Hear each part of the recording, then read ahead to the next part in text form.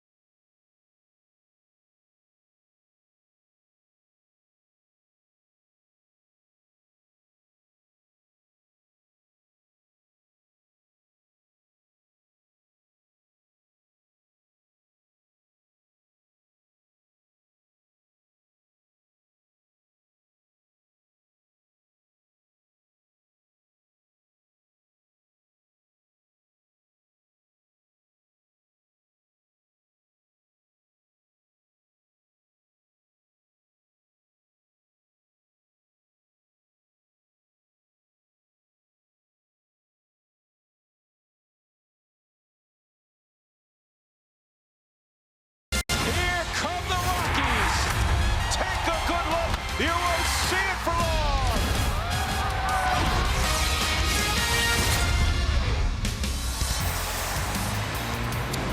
What a first night in Houston it was for the Rockies, with German Marquez frustrating the Astros all evening.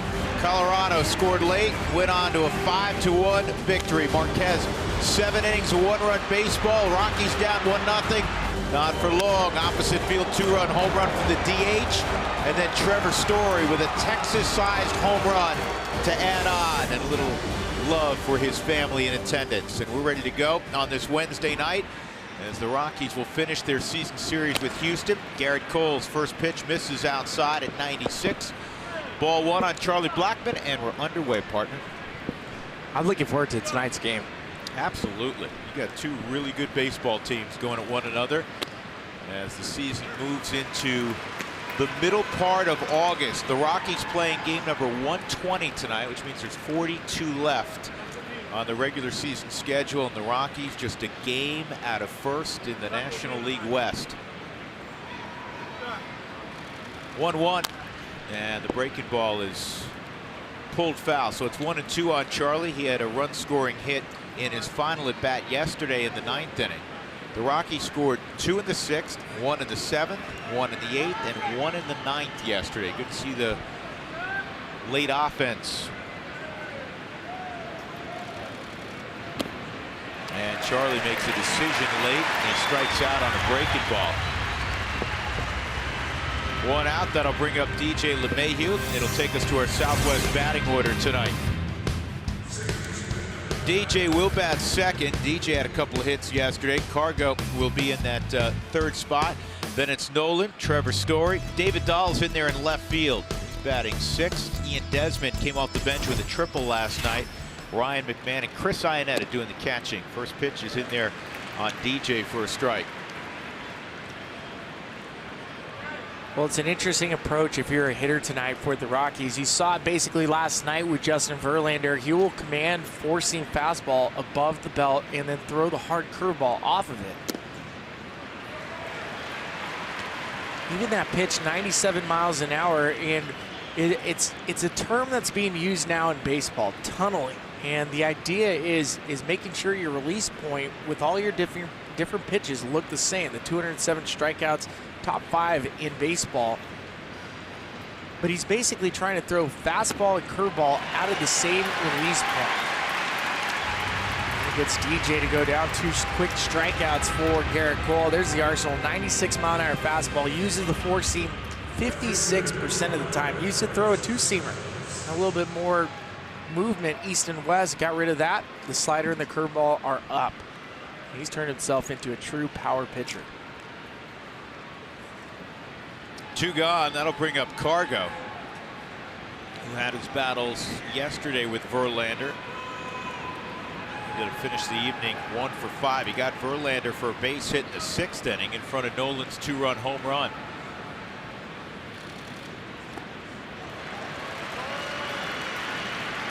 So Cole out of the gate, as opposed to Verlander yesterday, who really established the fastball up. I was talking to Cargo about that. Cole is mixing his breaking ball in from Jump Street.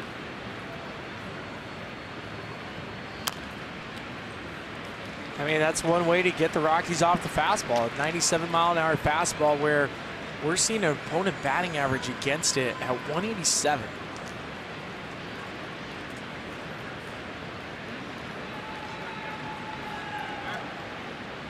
Three straight curveballs to start off to Cargo. No swing, 1-2. They check it out at third with fielded Colbreth. Cargo hitting .344s last 17. While we have a moment, here's Houston defensively. Gonzalez, Kemp, and Reddick in the outfield. Tyler White's getting the start at first, and Yuli Gurriel moves to second. He was there late in the ball game yesterday. And again, 4 straight breaking balls from Cole. With the 97 mile an hour fastball. Yeah, I mean, who does that, right? In the first inning. Cargo's just 1 for 11 against Cole. Well, Cole has lost 3 straight games. The Astros haven't won at Minute Maid since his last win, which was June the 14th. There's the fastball out of the zone. July the 98. 14th. Well, he has a 5.11 ERA in the month of August. That's just 2 ball games. But the Astros have lost 9 straight at home. Rockies trying to make it 10. Well, pretty good start for Cole when you strike out the side. When we return to Houston, Tyler Anderson will take on the Astros lineup.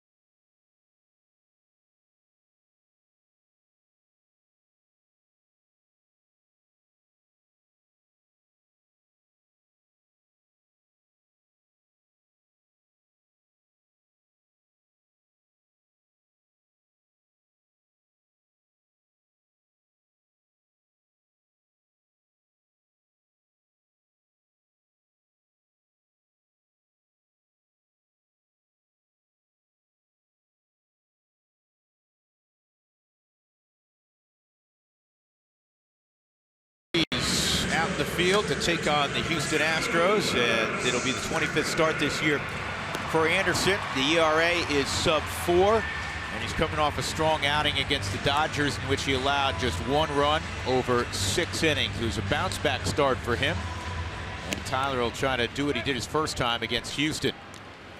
Well, here's his arsenal. It's a fastball, the cut fastball. It's pretty remarkable. Hitters are hitting 181 against that pitch, and then if you couple it with the changeup, batters are hitting less than 200 against the changeup. So if you just consider he has 2+ pitches, the cut fastball and the changeup, and then we'll throw the 4-seam fastball to get elevated swings up in the zone late. He's really created himself a pretty nice arsenal as a lefty. Alex Bregman, in a reshuffling of the lineup for A.J. Hinch, is batting leadoff tonight. Tony Kemp was batting leadoff the last few ball games. Bregman was hitting second. And that's in there at the belt for a strike, 1-1. Changeup.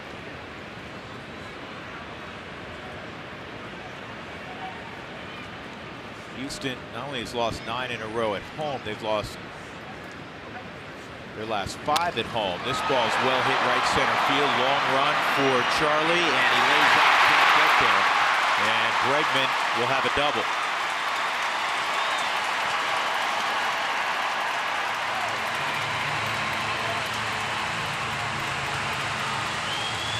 The Rockies are playing Bregman to pull, so Charlie's on the pull side of the outfield, but it's a pitch up in the zone. It's a curveball up. It's not hit as well as we thought off the bat. It was just fading away from Charlie. And it's because where he was positioned, it made it more difficult for him to cover that amount of ground.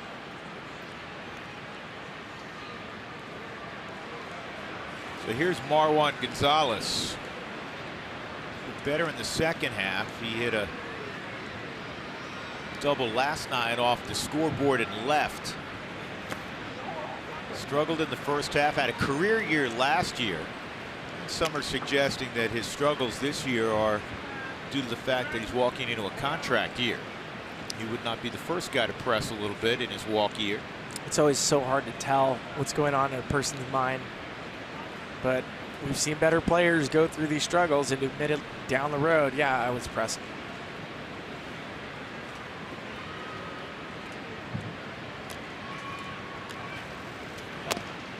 Bregman's a threat to run at second. That pitch is downstairs, 2-0. Gonzalez from the right side hitting 248. Lefty's hitting 239.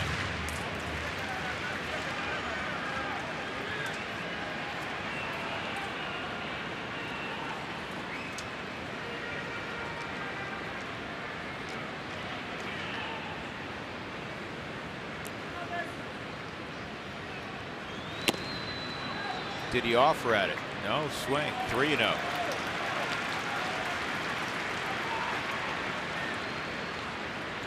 Well, if you look at this Houston Astros team and how bad they've been struggling offensively, and you consider this, there's not one hitter in today's lineup other than Marwan Gonzalez that's hitting over 300 in the month of August. In fact, the majority of the hitters are hitting right about 220. They've been averaging less than 4 runs a game since the All-Star break, but the Rockies understand that. They've been winning with pitching. That's ball 4. Now you have an opportunity. It's not the end of the world. You do have an opportunity if you can get a ground ball to get a quick 2, as Gurriel will come up. Here's the Southwest batting order for A.J. Hinch tonight. Gurriel in that 3 spot. The recently re-entered Carlos Correa, as he was out for 6 weeks with an injury. Tyler White will bat 5th. Josh Reddick, Evan Gattis, Max Stassi doing the catching tonight. Stassi and Tony Kemp will bat 9th. That is a strike. And that's the first pitch strike Tyler Anderson's thrown through the first 3 batters. Gurriel is probably the better of the right-handed hitters against lefties this season, hitting over 300. He's also hit into 18 double plays this year. 3rd most in baseball. That's fouled off.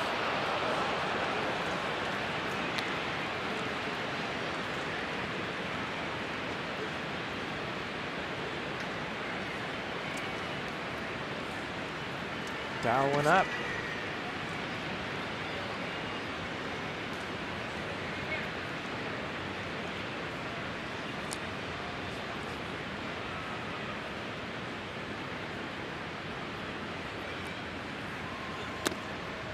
Anderson goes cutter down and in, 1-2.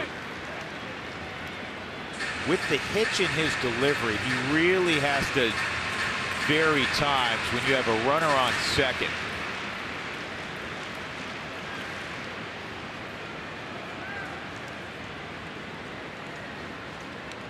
Otherwise, he's easy to steal on.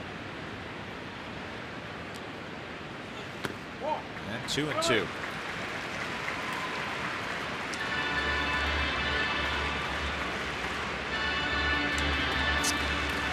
If you're looking at some of the catcher stealing numbers for Iannetta and Tony Walters, Tony's been the best of the Rockies catchers at throwing out would-be base stealers. Chris Iannetta, 33 steals against him, only 2 caught stealing, but much of that, you point to the pitcher. You have to keep your times varying.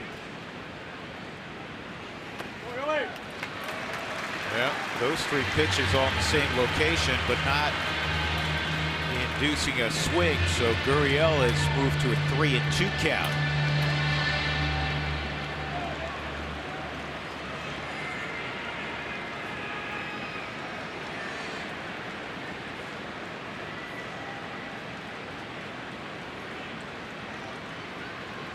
See if the Rockies try to do some sort of pick just to keep them close. Anderson goes for the step off. Gurriel is second in Major League Baseball with a .402 batting average with runners in scoring position, so be careful. 3-2.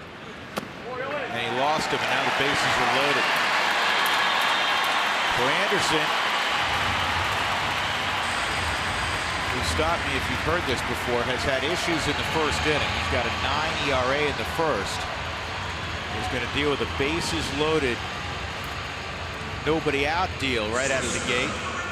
And Carlos Correa, the talented shortstop, is at the dish, though since his return he's just 1 for 15. Last night we remarked his timing clearly off.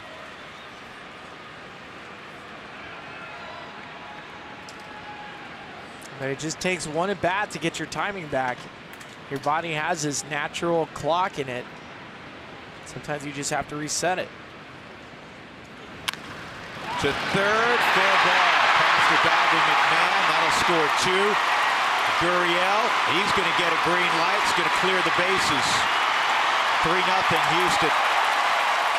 Well, a team start for offense goes up 3-0. And the Rockies haven't put an out in their pocket yet.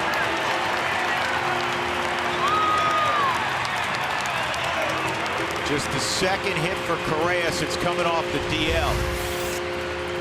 First pitch swinging, that pitch is too much, part of the plate. Right down the line, McMahon giving his best effort. And this is where David Dahl in left field too, not familiar with the left field. Took him a while to retrieve the baseball, having Gurriel being able to score from first on a ball down the left field line. You'd like to make sure that you hold him at third. Well, you don't want to revisit the start you had in Milwaukee if you're Tyler Anderson. Gave up 6 in the first inning. Tyler White at the plate.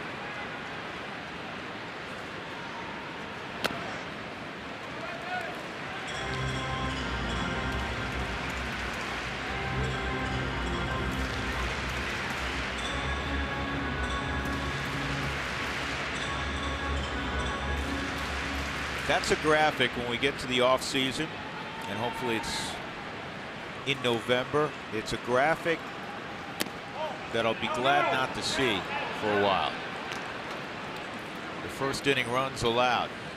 And it might open up that conversation about what the Tampa Bay Rays have been doing. You and I have spoken about this on air.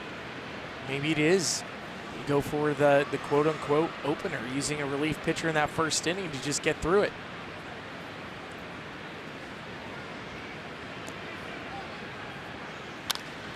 This is to DJ, and he'll get an out at first on White. Crossing to third is Correa.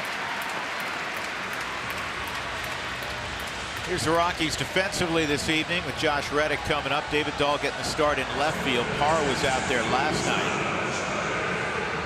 And in the infield, Ryan McMahon, who started at first yesterday, he's at third. And Ian Desmond is at first. Pat Valleca started at third in last night's ball game. Josh Reddick drove in the only run of the game yesterday for Houston. Came in the fifth inning. Marquez had a no-hitter going into the fifth. Breaking ball dropped in there for strike one on Reddick. With the Rockies already down 3, 1 out, they'll pull the infield in.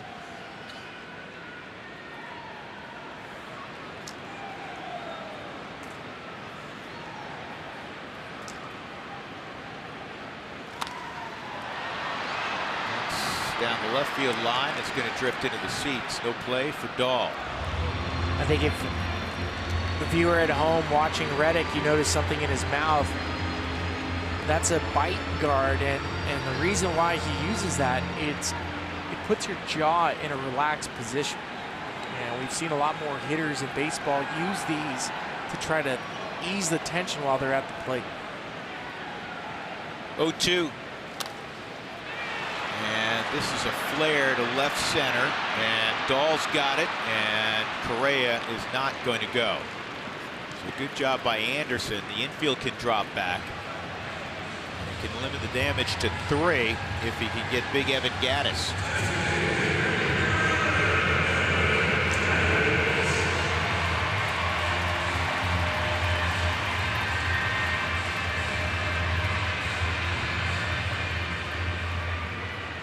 Gattis has been scuffling. 0 for 19 is scuffling, and that's what he has been over the last several ball games.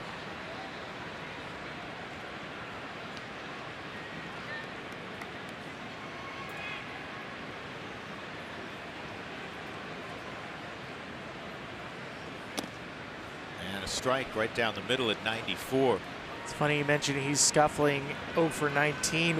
He's hitting 3 for 24 in the month of August. That means he went 3 for 5 prior to going 0 for 19. Started out fine.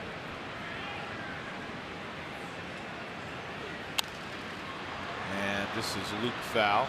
2 strikes.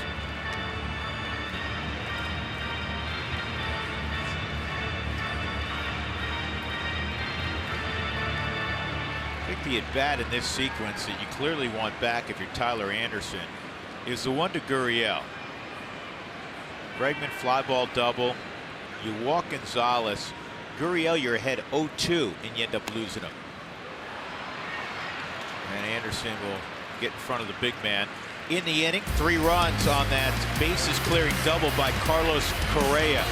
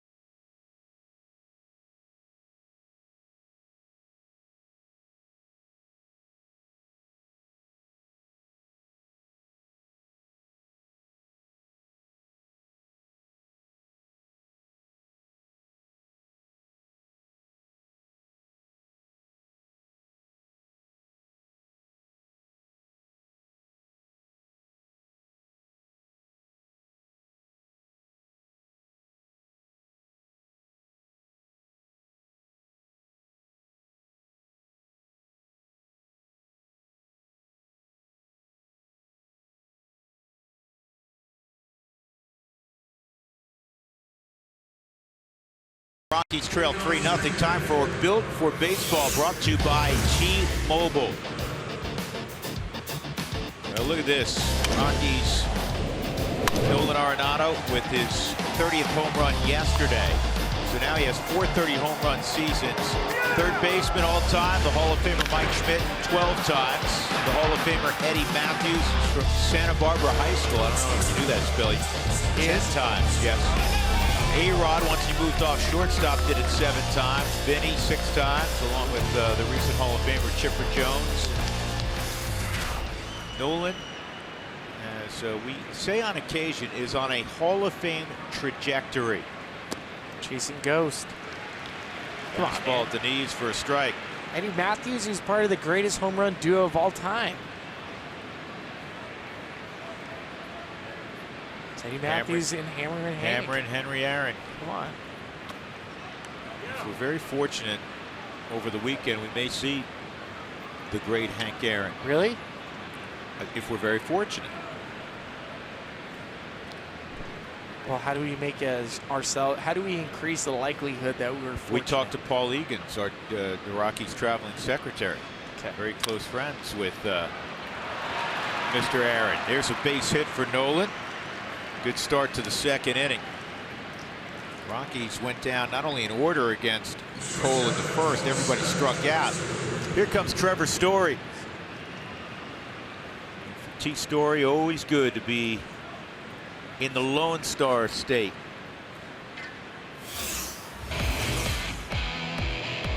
Time for our Mako big hit. Yesterday, a bullet into the seats. Launch angle at just 22 degrees. That got to the Crawford boxes in a hurry. A couple hits yesterday for Trevor. He's got an 11-game hitting streak going. Big hit again, brought to you by Mako. The 11-gamer. Keep pointing this out, Spilly. There'd always be somebody with a 20-game or an 18-gamer going. The 11-game hitting streak right now for Trevor Story is the longest current streak in the National League. There's only one longer in the big leagues. That's Nolan's buddy from high school, Matt Chapman. He's got a 12-gamer. See the catch Chapman made yesterday going into the seats? Yeah, he's following Nolan's footsteps, went into the tarp. Well, Story's homered in 4 straight road games, which also matches a club record. It's happened 11 times. The last person to do it, Tulo, back in 2011.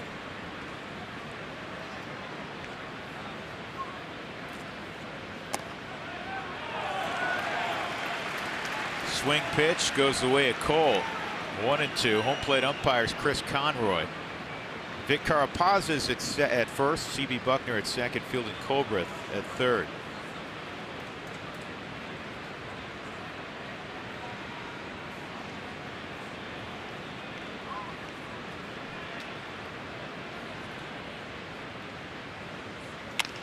And this is on the ground to short. And Trevor, he slipped coming out of the box. I can't tell if he got jammed. Walking like he's okay. He never got out of the box, though. Trevor got jammed and slipped. Yep. Yeah.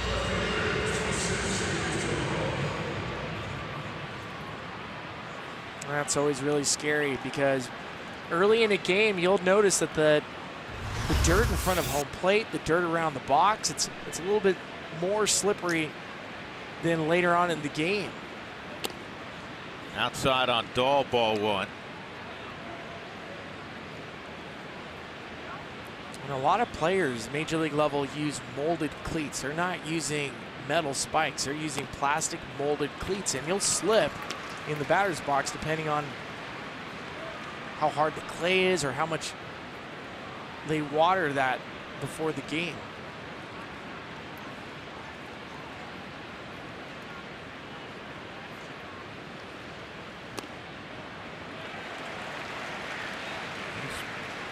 Been spot on with that curveball.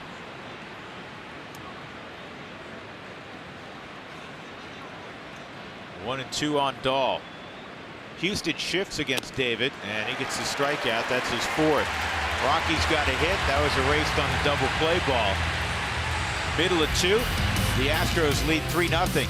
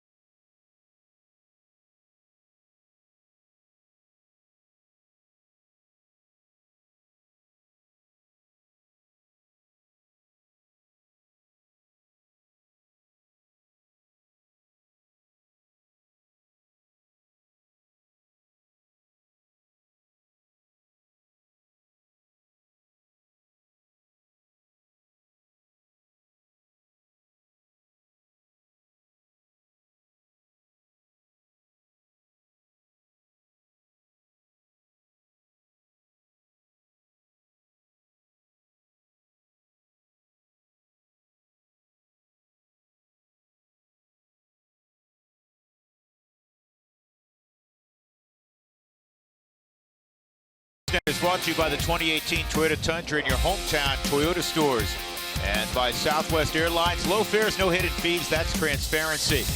Minute Maid Park, downtown Houston, Texas. The Rockies find themselves down 3-0 early, and as we go to the bottom of the second inning, it'll be Max Stassi leading things off, the catcher, batting 8th against Tyler Anderson. First pitch is high, ball 1.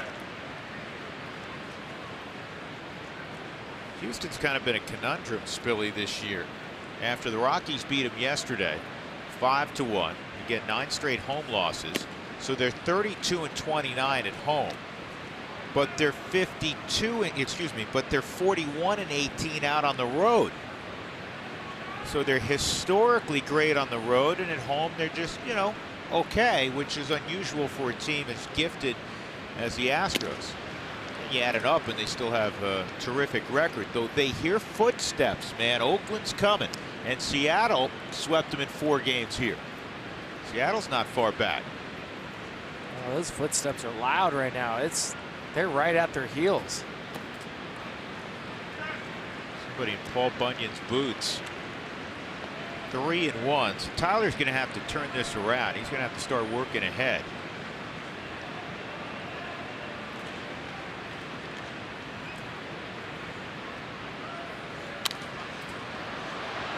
Out of play. Oakland, by the way, already lost today to Seattle. 2-0 in 12 innings. The AL West is as fascinating this year as the NL West. Love that you say that. I mean, that's my favorite conversation right now. You have 2 divisions where you basically have 8 teams with a record over 500. 3-2. And that's low. Ball 4. Anderson didn't get that borderline call. He kind of glares in at Chris Conroy. And that is the 3rd walk already for Tyler. That'll bring up Tony Kemp. Tyler's not having big misses. He's right at the edge of the strike zone. He's just not getting those calls, to your point. And Tyler needs those pitches called. When he pitch around the edges, he doesn't have the same stuff that Garrett Cole does, but nobody does. Kemp held hitless last night.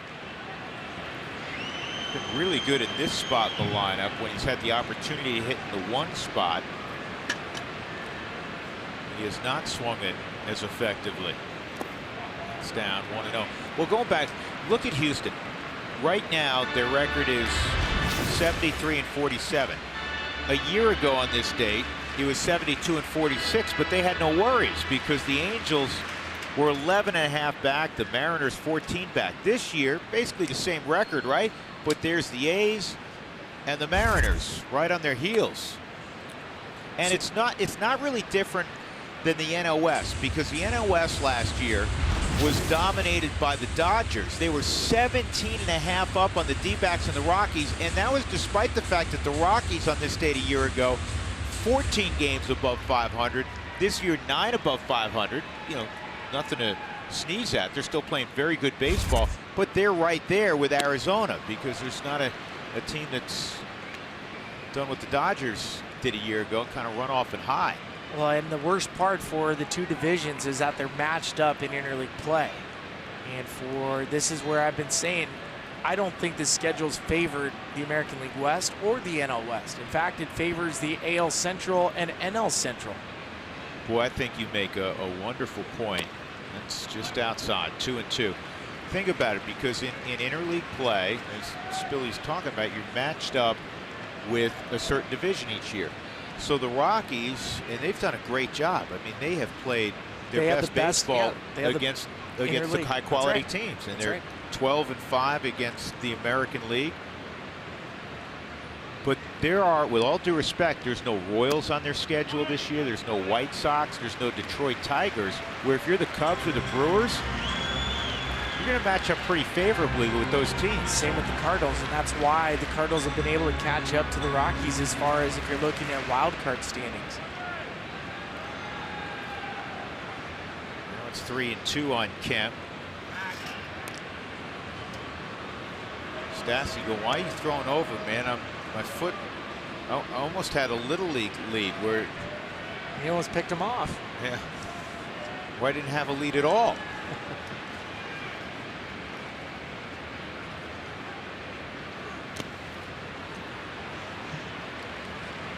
But that's accurate. I mean, depending on which division you play in a given year. So I made that argument with Jeff Bridich today about how the Rockies were at a disadvantage, just like the American League West and anybody in the NL West playing a really good American League West. And he said, you know what, the Rockies play teams over 500 better than they do under. This ball's well hit to right. Cargo can't make the catch. Stassi to third will stop there on the double by Kemp. Two in scoring position here in the second with nobody out.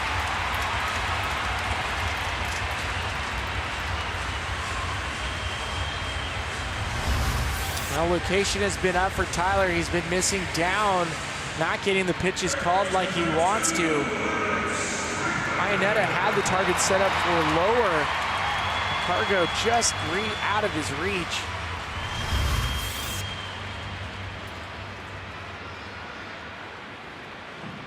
Alex Bregman started the rally last inning with a double to right center field. And I'm looking at Charlie Blackmon, who is shaded to left his first time up, is now pretty much straight up with Bregman here. Infield's not quite halfway, but with the powerful arms of Story and LeMahieu, and the fact that you have a catcher not named JT Realmuto on third base, it allows him a couple of extra steps of range.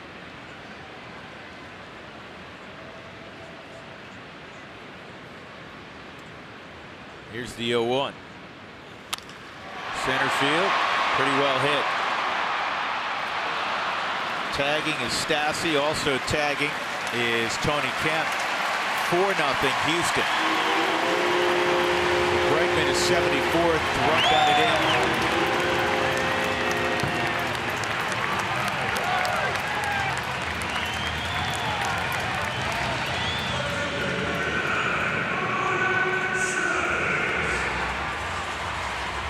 I'm glad you pointed out that Charlie moved in his positioning with Bregman hitting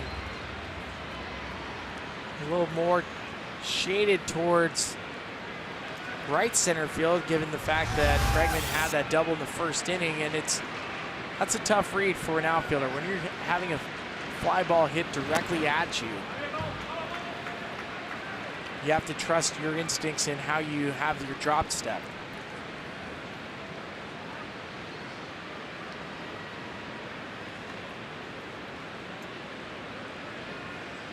One strike on Gonzalez. He walked and scored last inning.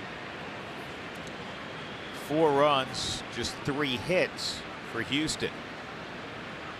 Usually when you see a situation where you have more runs than hits this early in the game, you figure there was a home run involved, but that has not been the case.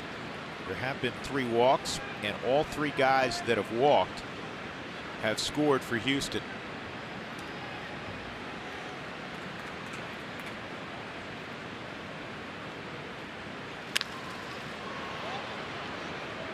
So Jeff pointed out, Jeff Bridich, just to continue that conversation, that the Rockies have done their best work against the high caliber opponents this year, and there's no denying There's that. no denying it. The team's 41-32 against opponents over 500, and they're 500 against teams that are below 500. So as much as we point out and say, listen, these teams, these leagues are at disadvantage for playing each other, Bridich is saying this actually helps the Rockies because they play better. I agree with Jeff in that regard. Here's where it is more difficult, though, and that is day after day when you're facing the high quality opponent, typically you're facing a great arm. That is a strikeout. 2 outs. In other words, if you're facing a team in transition, typically probably 3 out of the 5 days you're facing them, you're getting a young talent or a journeyman type of starting pitcher. And that's where you see the crooked numbers thrown up, the nights where a team will score 8, 9, 10 runs. Something that the Rockies have not had the benefit of doing since July the 20th. And I think Yeah, they're playing great baseball, and they're playing winning baseball, and it's been a blast to watch.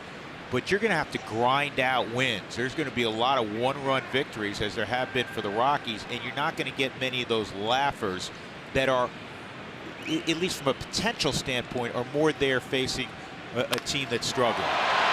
This ball is hit a ton. And Yuli Gurriel with a 2-run home run, and now it is 6-0.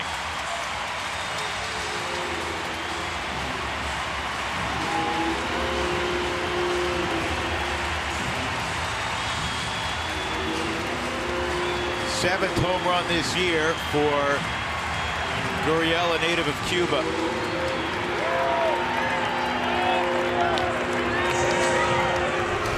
Gurriel is down 2 strikes in his first at bat and worked a walk, and that pitch just finds itself center cut. Off the bat, Dahl knew it, Tyler Anderson knew it, Gurriel knew it. Here's Correa. He bounced a double down the third base line that drove in 3 runs in the first.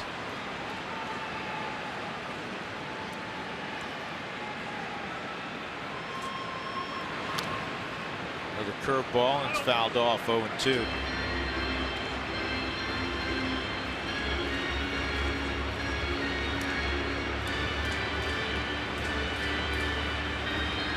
Gurriel, who hit that home run, spent 15 years playing in Series Nacional, Cuban Professional League.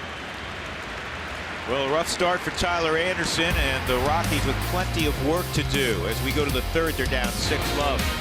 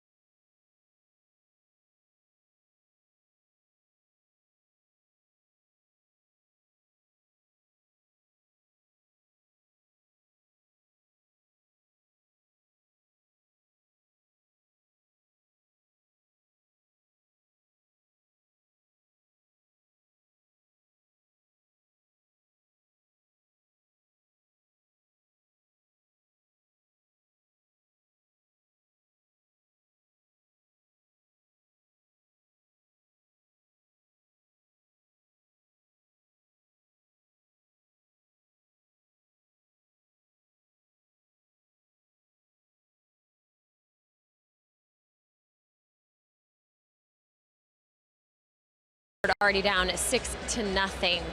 Well, Buddy Black last night got a big victory. Well, the Colorado Rockies got a big victory, I should say, for Buddy Black, his 800th career win as a manager, and that leads us to our AT&T achieving more. He is one of 10 active managers with 800 wins, at least 800 wins, one of 80 in Major League history. Of course, it spans over 2 franchises. He began with the San Diego Padres in 2007, where he won 649 of those 800 games. With the Colorado Rockies, 151 wins and a playoff appearance. I got the chance to talk to A.J. Hinch, the manager of the Houston Astros. He spent some time with Buddy. He was in the front office in San Diego after he got fired as the manager of Arizona. He was a very young manager then, and he said watching Bud Black, it reaffirmed to him who he wanted to be as a manager. He wanted to have a strong player connection, tough love, a good sense of humor, and be invested in his players.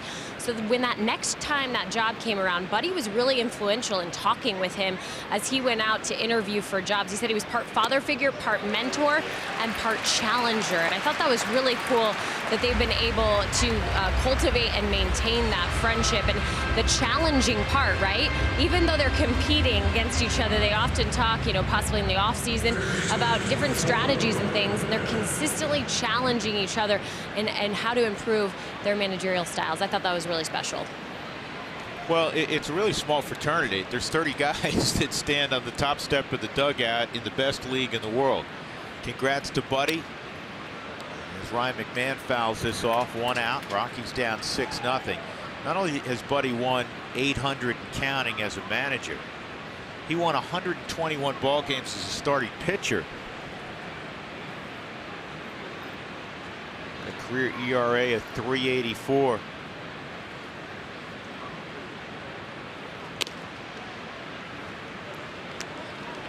You know, the Rockies got to get in chip away mode. Mode.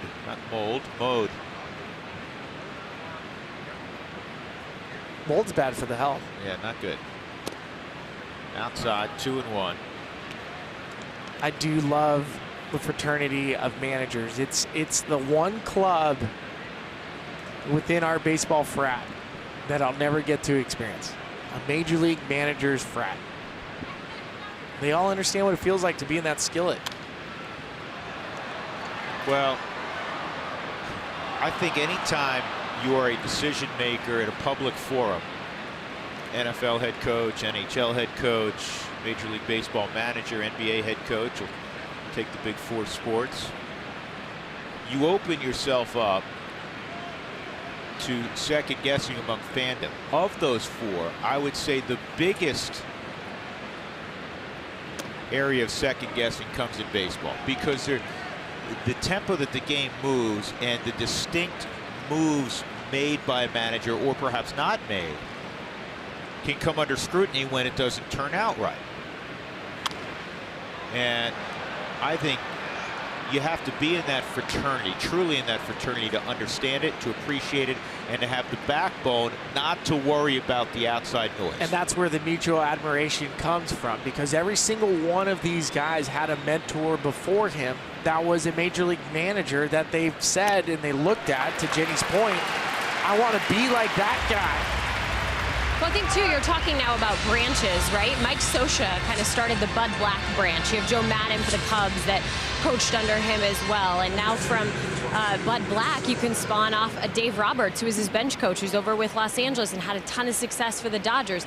A.J. Hinch in that part. So they've run in circles together. They've watched each other so closely, and they've been able to pick apart things that they really enjoy and then put their own spin on it as well. Yeah, it's a good point. And I think when you see somebody have success, we've seen this with general managers. How many current general managers have ties to originally Cleveland, ties to Colorado and the Rockies? When teams and individuals have success, you look for their underlings. Chris hits this in the air to right field. Reddick is there, and the Rockies go in order in the third. 6 strikeouts the first time through the lineup for Garrett Cole.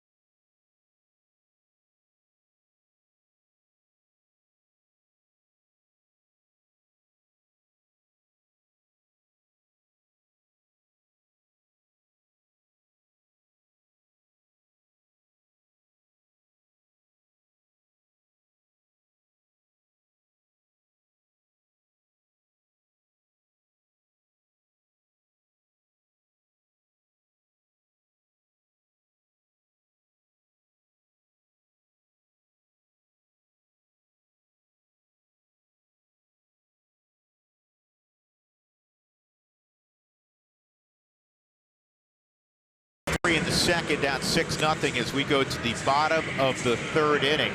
Fans, join in on the conversation. Send us your thoughts, your comments, your photos. Use Twitter and include the hashtag Toyota Talk. Ryan Spilboards and Jenny Kavnar. I'm Drew Goodman.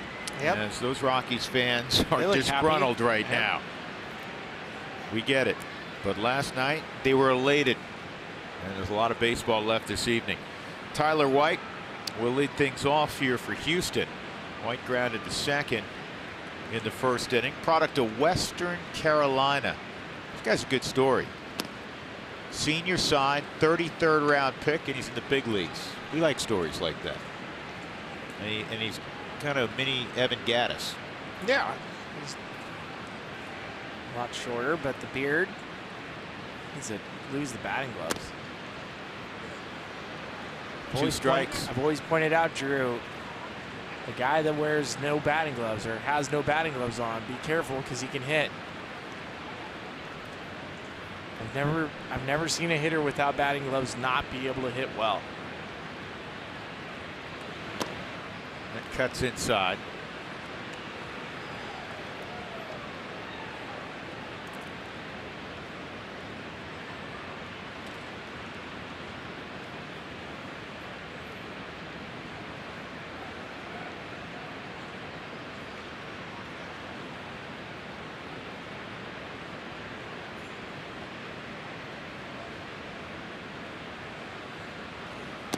And White's gone. That's a called third strike. Good pitch from Tyler, his third strikeout. So last night, if you were up late, like we were, you may have caught the Dodgers and Giants, a game eventually won by the Giants. Puig takes a swing, fouls it off. Then I don't know what was said. Nick Hundley said something to Puig. Puig took exception. He pushed him once, pushed him again, and then both benches empty. The bullpens come flying in naturally. And we'll show, hopefully we can show the tail end of it. Puig was able to try to get separation and kind of an open-handed slap that hit Nick Hundley's mask. This is pulled to first. Nice pickup by Desmond. They were under the bag in front of Reddick, 2 outs. And, you know, there'll be suspensions coming down. Both of those players were thrown out. Eric Cooper was the home plate umpire. What was your take today on the on MLB radio? I wasn't a big fan of it. I thought, like, we've been around Nick Hundley for a long time. I don't think it was right to take exception to a swing like that. I think there's more probably personal animosity between the two, Yasiel Puig and Nick Hundley. There's probably history behind those 2 players against each other. Well, we know there's great history between Madison Bumgarner and Puig, sure. And we know there's great history between the Giants and the Dodgers. So I can live with that. But I do know if it was, yeah, if it's a different player, if it's anybody other than Yasiel Puig taking a big, healthy swing, you're probably not taking as much exception as you are to Yasiel Puig. Here's something that needs to be removed from the unwritten rule book.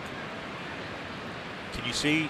Look up. You have your unwritten rule book there, right? It's right here. Look up on page 37 of the unwritten rule book. Gattis either hit one of the Crawford boxes or over them. I think over. And Gattis is out of his 0 for 20 with a long home run to left, his 22nd of the year. It's now 7-0 Houston.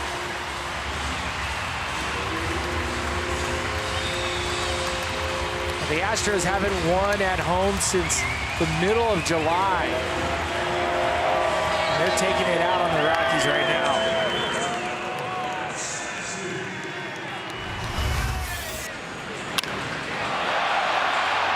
He just got a center cut fastball just like Gurriel had last inning.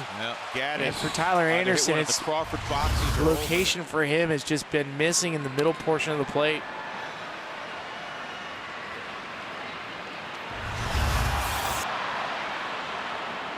Is it again in the Subaru Supermo? That hit up on the tracks? No, it hit above the Halliburton sign. There's a curveball on Stassi for a strike. Well, in the unwritten rule book, very quickly, it used to be if you took too big a hack, then you were open game for getting knocked down, which I've never ever understood. Is your job not to hit the ball as hard as possible when you're at the plate? Yeah, I mean, that's... And I have no idea what was said. Nick Hundley's a friend of ours. Sure. And we love and appreciate Nick. Yep. I have no idea. You know, Yasiel Puig, has he ruffled feathers? Absolutely, no right doubt. or wrong.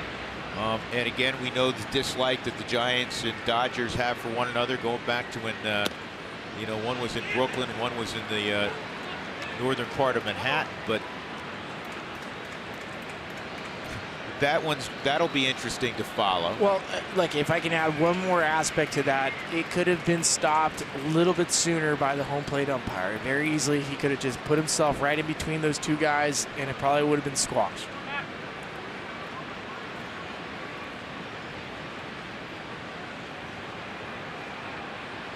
Well, the beautiful thing about baseball, they play each other again tonight. Hey, and I like more than anybody. I like action on the field. I think it's great. And I like emotion, so I had no problem with it. It's that time of year again. Yeah, Tonight's I game love 120. Guy's been grinding for a while. And Stassi strikes out on the curveball. In the inning, a home run from Evan Gattis. And Houston extends their lead to 7-0.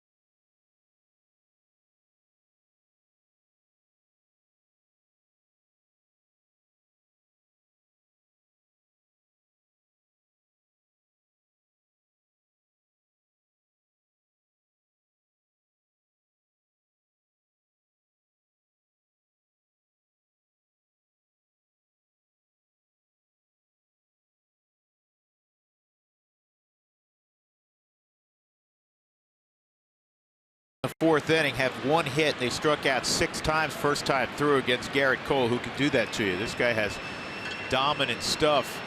You got Charlie on a breaking ball to lead off the ball game.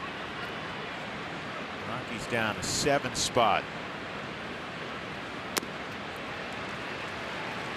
Well, there's another fight we need to talk about, and that took place, or near fight, today, and it could be costly for Atlanta.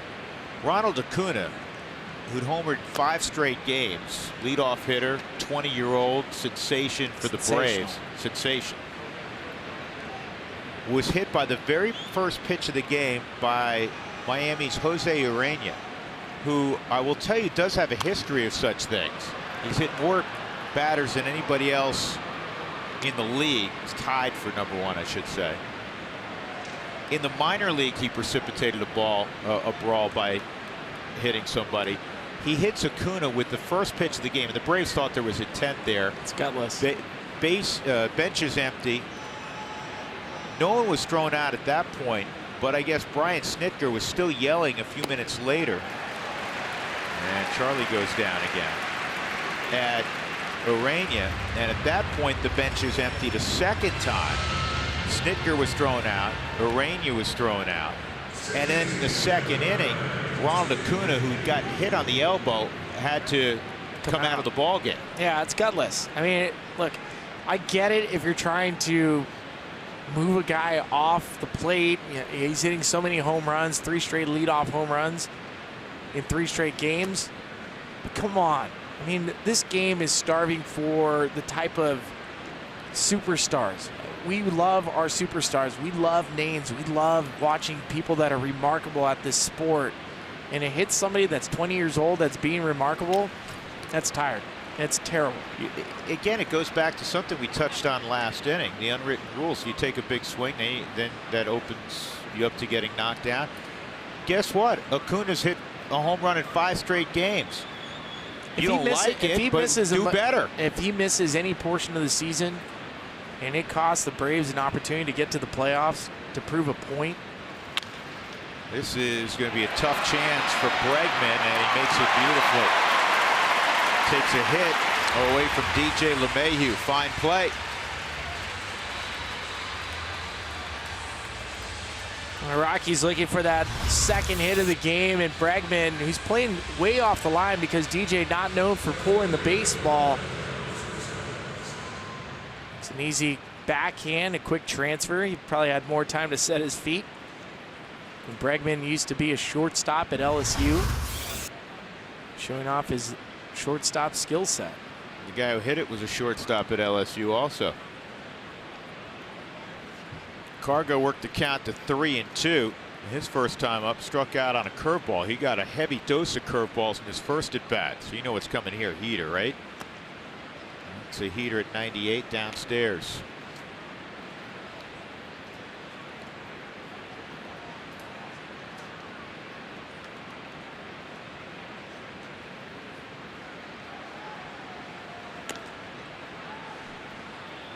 For the Win is brought to you by Pizza Ranch. Start chipping away. The largest deficit the team has overcome came back in Texas. They do like Texas. It was 5 runs. You need 7 in tacos tonight. 2-1.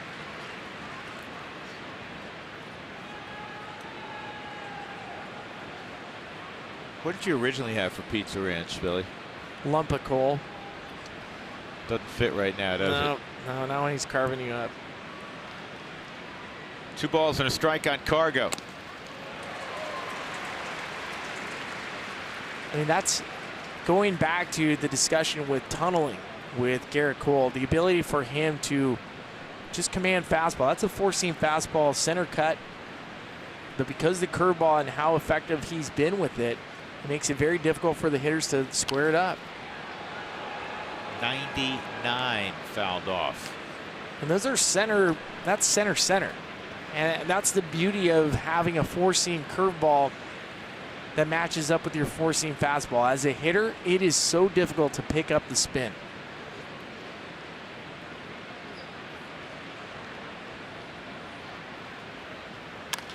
Cargo hits this through the right side for a base hit. So the Rockies have their second hit. The guy who had the first hit is coming up now, Nolan Arenado. The sequence was funny to me because Garrett Cole shook off Stassi 3 times to get to that pitch. And from the catcher's perspective, you go, just nod. Stick with me. But at the end of the day, the pitcher has to be convicted in what he's going to throw. It is his game. His name is next to that final line. I just picture Crash Davis running out there. This guy's throwing a complete game. He's shaking me off.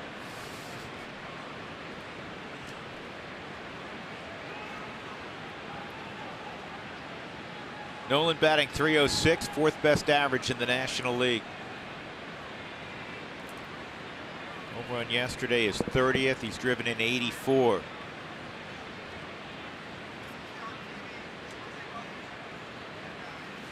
Ooh. Oh.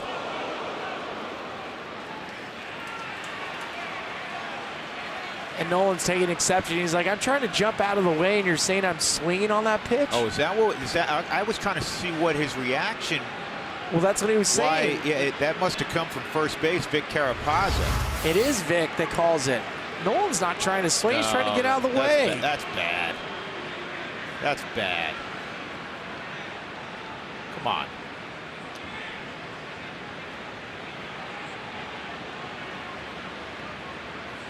Exactly. I'm trying to get out of the way. There has to be intent there. That is part of the rule. There was no intent to swing at that pitch at his neck.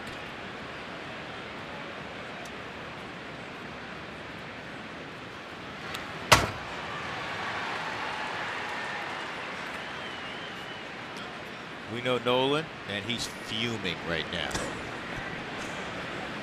Nolan, 251 batting average with 2 strikes. You want to know how good that is? League average is 174.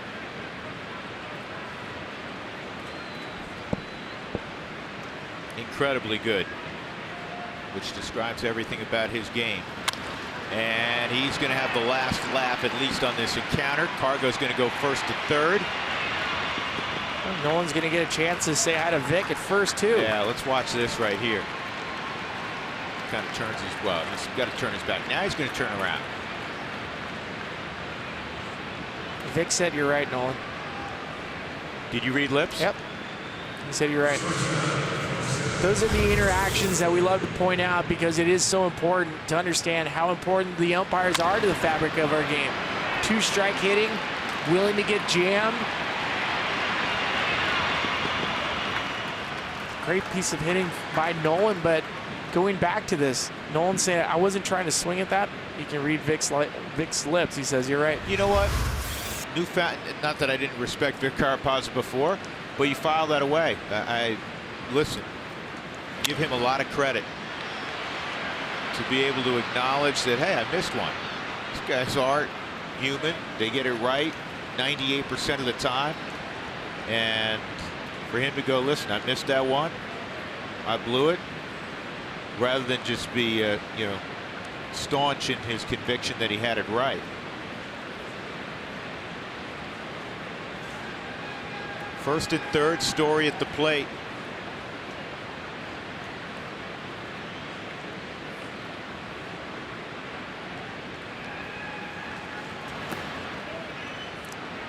Let's go back and look at Trevor's home run on the StatCast. The StatCast AI powered by AWS, 107 miles an hour off the bat, 372 feet into Trevor the Crawford feels right boxes, at and then some love towards his friends and family that are here. Took a pass. And love. Dual meaning. 1-1. And that's line to right. Get down, it will. And the Rockies are on the board. Nolan's going to go first to third. 3 straight 2-out singles by the middle of the order. And for Trevor's 83rd RBI, he now has a 12-game hitting streak.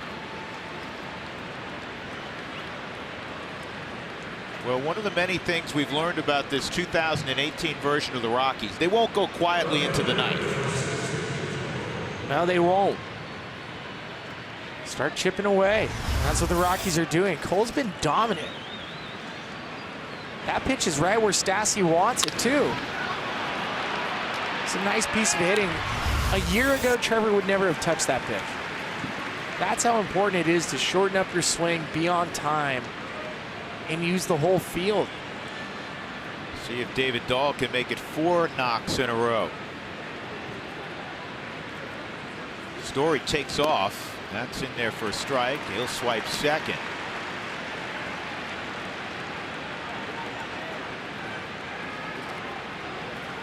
Trevor's 16th stolen base.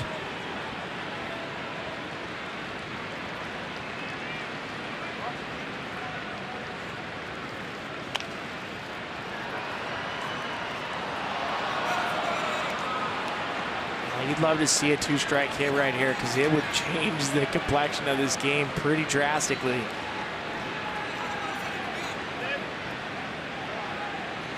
Absolutely.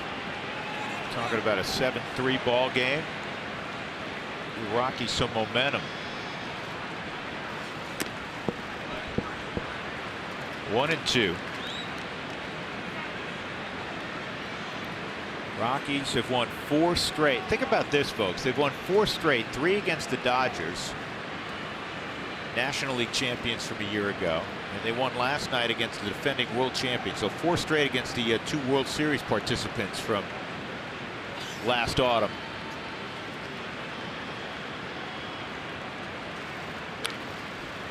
Good at bat. He's got quick hands, doesn't he? He really does. I noticed it the other day. Corey Sullivan and I were sitting watching David Dahl swing from the side, and it does no justice looking just straight from home plate, from center field. You can't tell how fast the bat's getting through the zone. You have to see it from the side, and he whips it through the zone as good as anybody on the Rockies team. Another 1-2. Ooh, that looked like it crossed up Stassi. And go back to the 2-strike shake-off from Garrett Cole to Cargo to start it off. Yeah, that's a cross-up for sure. But guys don't go out all the time anymore. When it was automatic, you get crossed up, unless he crossed himself up. But he wants a mound visit. 2-2. And you got to record the out at first. Rockies get a run, 3 straight singles. 7-1.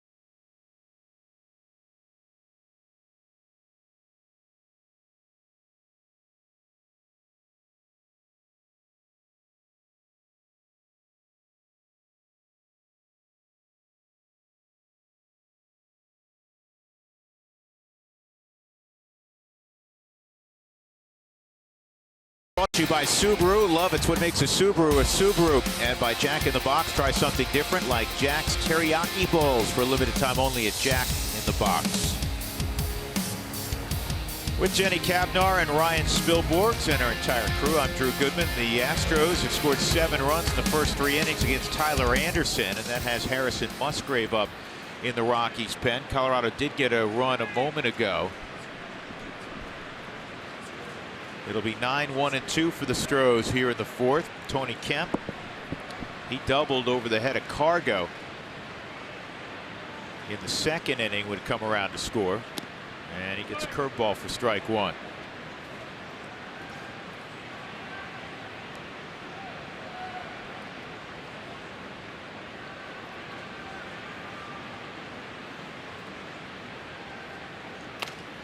Good pitch.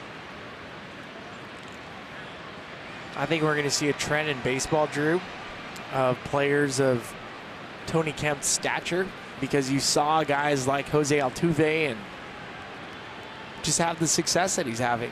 5'5", 5'6", put the ball in play. Doesn't matter. I had a chance to visit with him when the Astros were in Denver. This is a great kid. Yeah, Tony's great. Great kid. He was one heck of a college baseball player, too. Yes, He's a indeed. heck of a Major League Baseball player. And there it is. They have two guys a lot of times in the starting lineup that are 5'6". Chris is going to grab this baseball. Kemp's retired.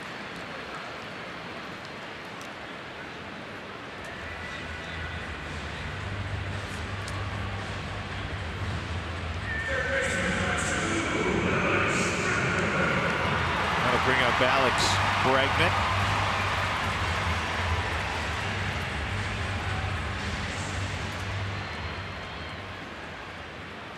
Double in the first and a run scored, and a line drive sac fly to fairly deep center field his last time up. There's a strike. Well, the Astros, who have two of their mainstays on the disabled list, looks like they're going to get one back on Friday. It won't be the 5'6" Jose Altuve. It'll be the 6'2" George Springer. He's been out with a thumb injury, but been taking BP out on the field. There's Springer. And Brian McCann is getting closer to coming back. Success has typically followed Brian McCann in his lengthy career. Lance McCullers, they hope to get back in September. No timetable on Jose Altuve. That from AJ Hinch earlier. Jose, last couple of days out on the field taking batting practice. He doesn't know what to do with himself. He's like DJ. He'd never been hurt. First time on the DL in his career. He's one of those guys. Do you remember famously, Spilly, you were in Santa Barbara when they had to hide Terrell Davis's helmet? Oh, that's right. Remember that? Well, that's like Altuve. Now, he can't play because he's on the DL, but if he was eligible, but they wanted to give him a day, you'd have to like hide his uniform, his bats. We can't find a uniform that fits you, Jose.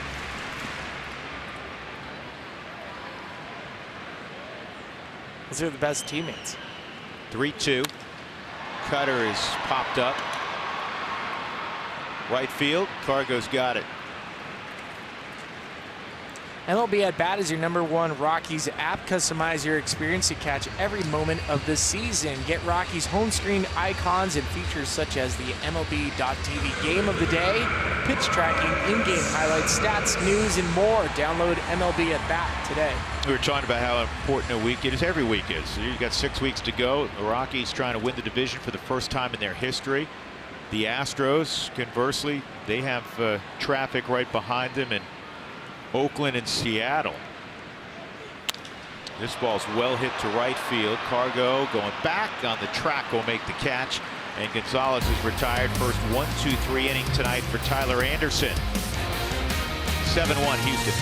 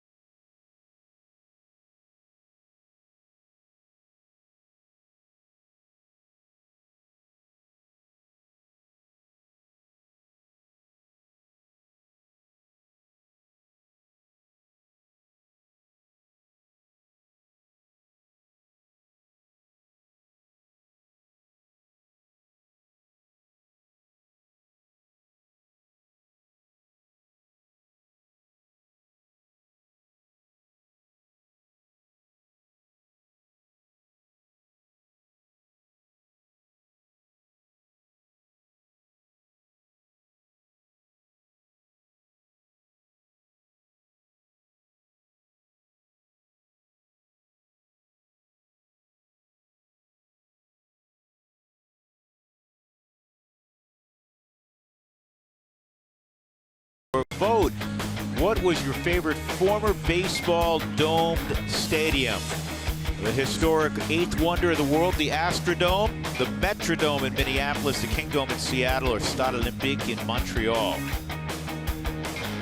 Well, I went by the Astrodome. Gabe, my youngest, was down here with me, and so we drove by the Astrodome because I wanted to show him. I said, when the Astrodome was built, it was the eighth wonder of the world. It was this enormous edifice, right? And I said, now NRG Stadium is right next door, and the Astrodome looks like a hut. Come on. Next to NRG Stadium. It does. It looks like, you know, it looks like a tough shed in your backyard. This ball's well hit to right off the bat at Desmond. Did he get enough of it to get out? A basket catch made in the right field corner by Reddick. And Desmond's retired. Pretty fancy catch by Reddick. Reddick was brought over by the Houston Astros after he couldn't get a hit with the Dodgers because they loved his defense. They knew if you put him in right field, it was Gold Glove caliber defense. It's a basket catch. Goes Willie Mays on us. He's turned into a fan favorite in Houston for his walk-up song that he had last year, which was Ric Flair WWE's entry music. So if you ever hear the woos here in Houston, it's because of that. My iPod set to that. Yeah, that's my alarm clock. Fouled off, 2 strikes on McMahon. So going back to our favorite dome stadium. So, you know, I wanted to show Gabe that the Astrodome looks tiny compared to NRG Stadium. They did pass something about 3 months ago. They're going to devote over $100 million to renovating the Astrodome. It's basically sat there somewhat vacant. They're for going to put a number $100 million years to renovate that thing? Well, it's an historic site. It's very meaningful to many Houstonians. Stade Olympique, where they had the '76 Olympic Games from Montreal. I always enjoyed going there, but I know for you guys playing up there, the surface was not good. That's strike 3. The Kingdome is no more. The Metrodome is no more. I have never been in any one of those 4 dome stadiums. Really? Let me think. I was fortunate enough to do games in all 4 of those stadiums. And I'm going to vote for Stade Olympique only because it was always so cool to be in Montreal. Well, I'm hoping that baseball goes back to Montreal at some point. I'm with you. Here's Chris, and Ionetta takes a strike. 9 strikeouts tonight for Garrett Cole. Yesterday, Verlander struck out 11. The Rockies struck out 15 times in the game, Spilly. This is on the ground at Bregman. He struck out 15 times. He had won 5-1. Tonight, they trail 7-1, middle of 5. That's a 7-pitch inning.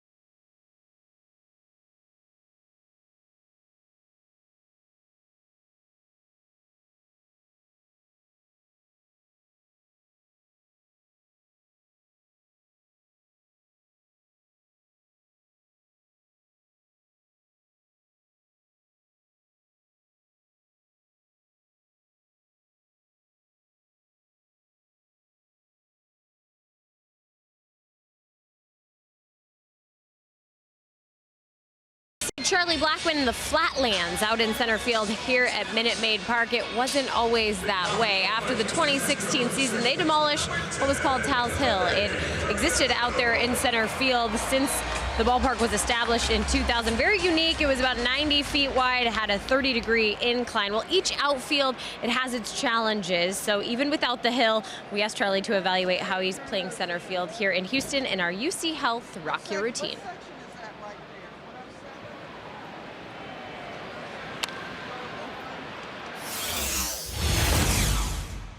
I'll have to walk around and check things out. There's a lot of weird angles made out of different materials, and the ball sometimes bounces hard or soft or hits a corner and goes places. There's one place, I think, in left center where like you can like pick up the ball and not see the infield. So like, if you go throw the ball from that particular place, it's going to be bad. Well, Groen will double to lead off the bottom of the fifth here. Charlie's right. There is their own challenges out there with flat ground, but our own Ryan Spilborghs had challenges for himself back in 2009 when he played center field here. Spilly, what do you remember about this? Because you had to chase this ball down and you had to run uphill to do it. How did you prepare for that? Did you like incline the treadmill or what did you do? I practiced running up that hill with my outfield coach for 2 days. Was it scary? I mean, be honest, there's like a flagpole out there and everything. No, it was great. I ran around the flagpole. I mean, like, I would have put... What? You should have retired after that game. I should have retired. Here's what happened in the fourth inning. You go yard in the top of the fourth, and then you make that catch in the bottom of the fourth. It was all downhill for you after that. I should have quit my entire then, career. shut it down. Finish on top like George Costanza. Yeah. Just shut the door and walk out. Who remembers that guy Spilborghs? Oh, yeah, he hits a bomb. That's too short. Hit a bomb, and then he makes a circus catch running up the steepest hill in baseball. Thanks for finding that highlight, Jenny. You're welcome, and I'm really glad you didn't retire then because HD was kind of starting, but it wasn't really fully around, so you would have had to get into television when it was still kind of standard def. You know, don't you think you look better in HD, Spilly? No, I think I would have been better off in standard. He has to wear, well, here's his problem. He has to wear a lot more makeup now because of HD as opposed to if he had gotten in when it was just standard def. Well, you better start stocking up for 4K. It's coming. Good point. You're so technology savvy, Jenny. I don't know about that. We just work in television, Drew, so. Is that what this is called? You know. Infield in for Tyler White. Fouled off. It's the aspect as an outfielder, and Charlie was talking about it. You want, as an outfielder, when you come to a new ballpark or a ballpark that you don't get a chance to experience too often, to go see the corners, see where is their chain link, notice where the angles are that it can kick off, and there are a lot here at this ballpark. There's probably more at this ballpark than I can think of anywhere else. Maybe Boston. Spilly, I really like it here. I mean, we're fortunate we go to every ballpark, and most are beautiful. But I really like Minute Maid. This is my favorite. That angle. Yeah, it's crazy. And all these are angles in the corner. 2-1. Good curveball for a strike. 2-2. Now, you ran up that hill. I was talking to Ian Desmond yesterday, who played in this division for a year and was playing center field for Texas. And he really liked the hill. He never had to run up it in a game, but he power shag and ran up it quite a bit during BP. No one ever got hurt. Mentioned this last night, running up Tal's Hill. Well, Albuquerque has the same thing. Rockies AAA has a hill. They do. I did see somebody get hurt on that hill. Didn't Dexter do something similar to you at some point? Did he go up that hill? Yeah, but for, you know, like. It was more meaningful for you, wasn't it? More meaningful for me. It was an easier play for Dexter. I still will always love Vince Scully's nickname for Dexter Fowler, Daddy Longlegs. This ball's hammered to left center field, and this one's gone. Up on the railroad tracks. Sixth of the year for Tyler White, and it's 9-1.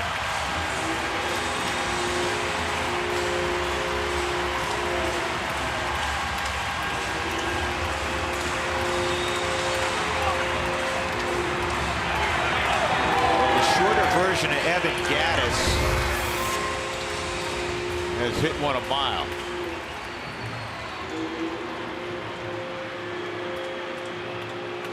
Tyler wanted to go inside a lot more than where he got that pitch, and it was just so many pitches throughout the night that leaked out over the middle.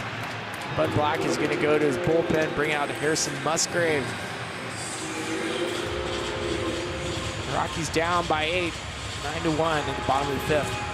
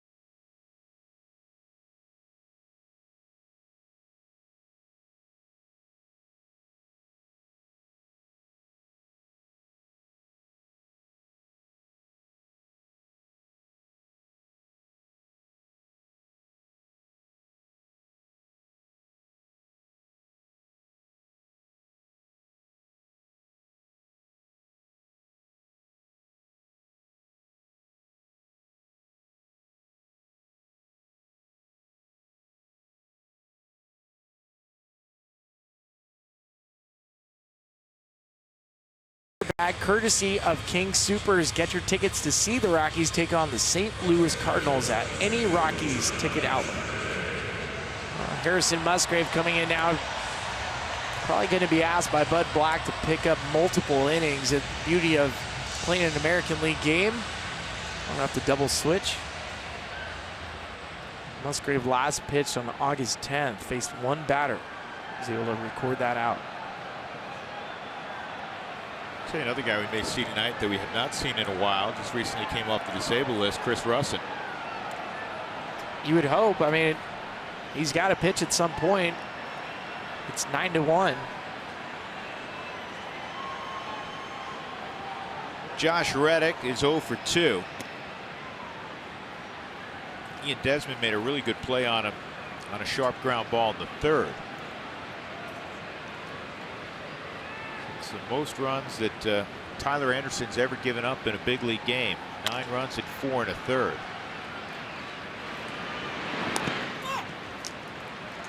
Reddick is retired by LeMahieu, and that'll bring up Gaddis. Snapped an 0 for 20 with a long home run to left.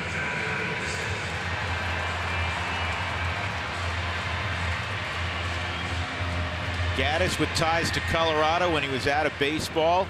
Of several jobs he had, one was he was a lift operator at Eldora outside of Boulder, living in his car.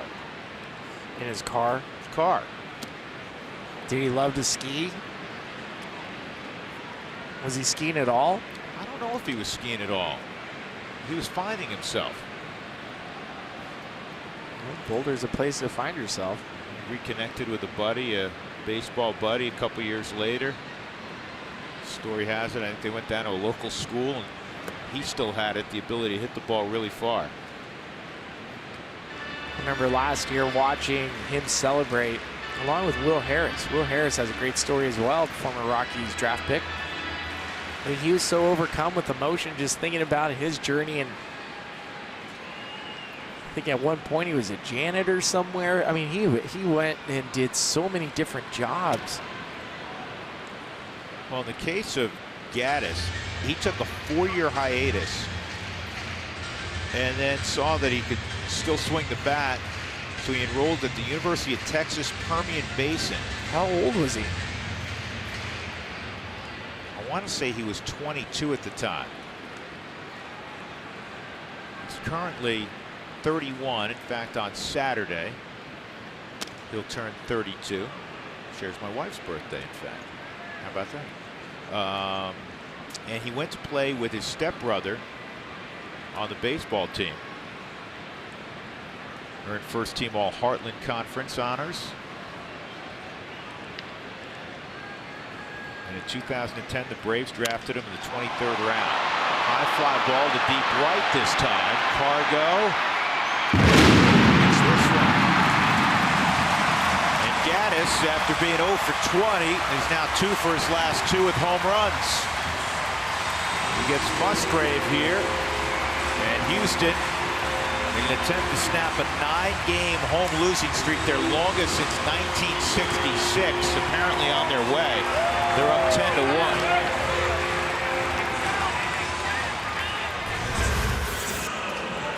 Like Gaddis gets a pitch. It's not a bad pitch. It's off the plate and elevated.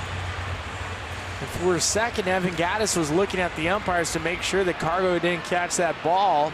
Great and effort. he was wasting his time running around the bases.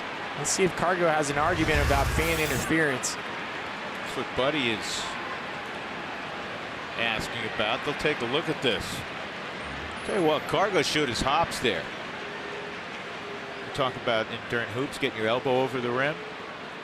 Here's elbow way over the fence. Don't forget about that play. Alex Bregman was on the wrong side of a fan interference in Colorado. I don't think Cargo touched that. They have to reach over the fence into the field of play for fan interference to be issued. And the other aspect too, Drew, is if there's any chance, even if it's the slimmest of margins, 0.001% chance that the outfielder could catch a baseball, the umpire will award the out. Yep.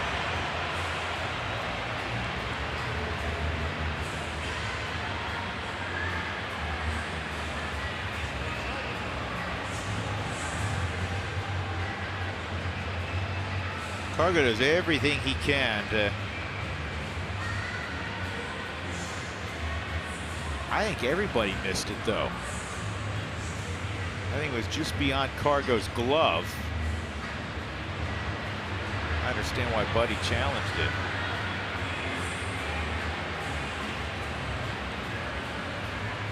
And it stays a home run. Could you imagine losing a home run like that? It's over the fence. With players jumping in to the crowd to catch it. I know I would be happy. We saw a meaningful home run before review lost to your buddy Garrett Atkins. It was huge because it was in game 163. Fortunately, the Rockies won that game. Unfortunately for Addy, he would finish his big league career with 99 home runs.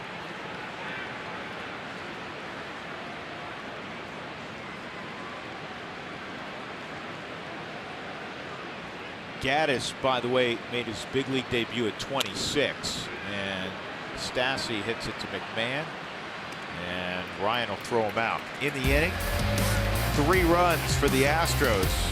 2-run home run Tyler White, solo shot Evan Gaddis, 10-1.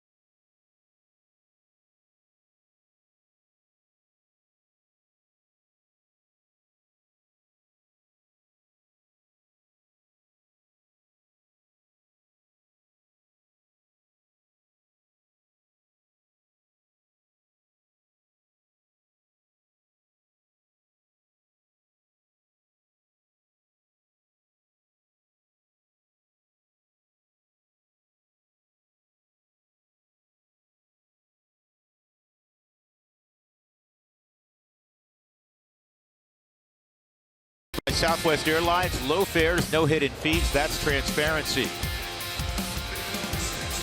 We go to the 6th inning inside Minute Maid Park. The Astros broken out against the Rockies tonight. Tyler Anderson gave up 9 of those 10 runs.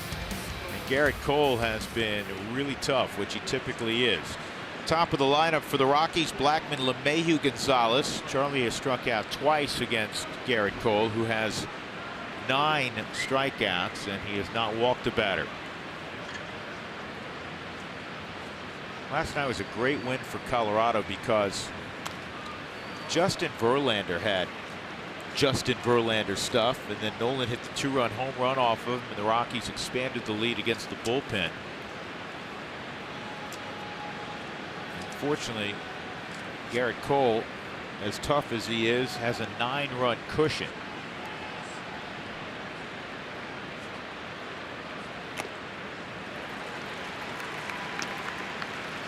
Charlie's taken some un-Charlie-like swings tonight, Spilly. There's times where you just don't see the baseball. And Charlie hasn't been picking up the baseball as well as he normally has of late. The last 2 weeks, he's been grinding. And it happens. Every hitter goes through it, whether it's timing, whether it's mechanical, your head's not in the right spot. I'm not talking mentally. His head location, how he's looking at the baseball with 2 eyes. Well, he's going home. And here's your prediction. He goes home and he gets healthy. That'd be great.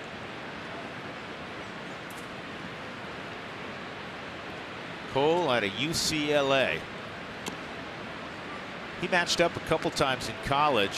Friday night starts against Oregon and Tyler Anderson. They were in the same draft class. Anderson was drafted 20th in 2011. Garrett Cole went 1-1. He was the first pick in the draft. And he gets Charlie for the 3rd time tonight. And that's 10 strikeouts. Rockies have struck out 25 times in this mini 2-game series. Fans, if the Rockies score 7 runs or more, go to participating Colorado Taco Bell locations the next day between 4 and 6 to get your Rockies taco special. Liv Moss at Taco Bell. DJ a strikeout and had a sharp ground ball to 3rd, and Alex Bregman fielded on the backhand to throw him out. Bregman is well off the line, which is not surprising given 2 factors: DJ's ability and propensity to go the other way, and how hard Garrett Cole throws.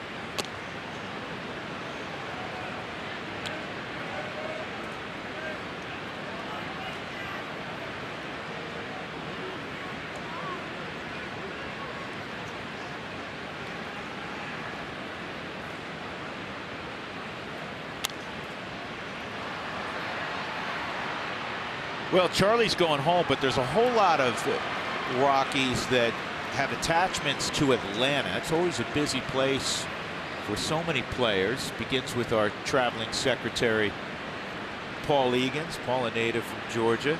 And though Charlie was born in Dallas, he only lived there for a very, very short time. He left as a baby. So he is a Georgian through and through. DJ lived in Atlanta. His wife Jordan is from Atlanta. Tyler Sanders, the assistant clubhouse manager for the Rockies. He and his wife Abby, who also works for the Rockies. Oh. This is going to be a check swing base hit.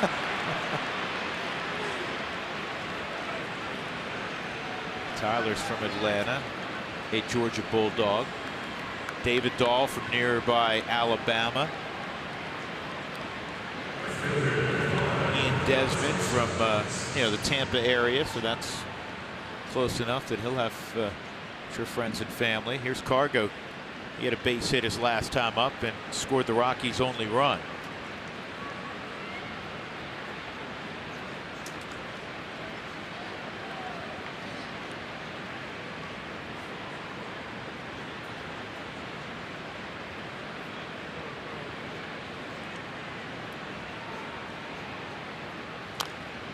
you ever get one of these? Yep. Billy? I think if you play this game long enough, you'll run into one. And that's exactly what DJ does. Check swing. Whoops. Take that for a hit. You know, it's funny. If there was a caption above his head as he dropped the bat, it would exemplify the disdain he had for the fact that he put that ball in play, but you'll still take it. You'll take every single hit you can get. You don't care how they look. There's not one baseball player that cares at all what the hit looks like. There's not. Just give me a hit.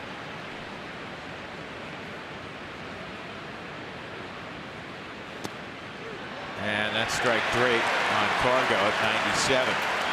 That's 11 strikeouts for Cole. Nolan's 2 for 2. He has 2 of the Rockies' 5 hits as he steps up. Time for our Lowe's whole team together. Road home runs this year, the Rockies sitting on 79.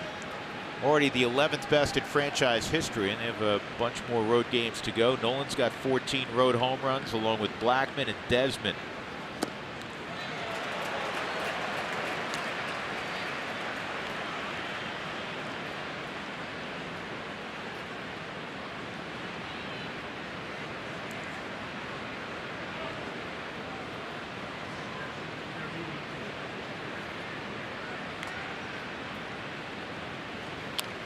Billy, remember earlier we were talking about the fact that when you play so many good teams in a row, you're not going to see many substandard pitchers. I mean, how many teams roll out a Justin Verlander to begin with? Not many. And then they follow it up with this cat. And if they do, guess what? They're well above 500. Yep. Good pitching always beats good hitting. 12 strikeouts for Cole. He's got it going. Struck out the side. DJ had the check swing single. Middle of 6. It is all Houston.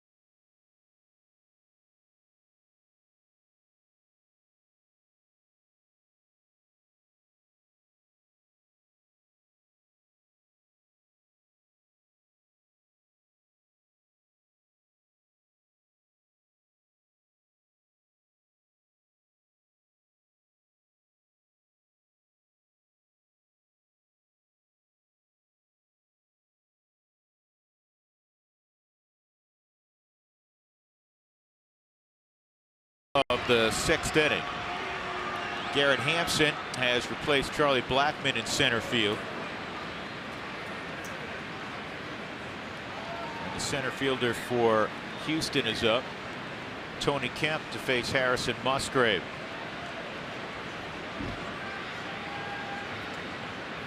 Well, get ready for a fly ball if you're Garrett Hampson.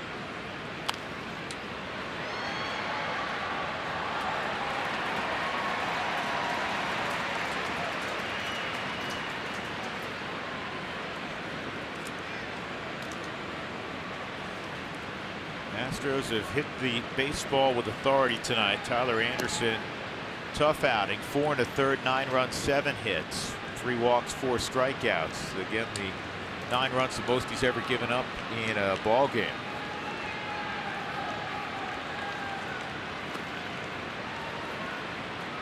Musgrave out of West Virginia gets ahead 1-2 on Kemp.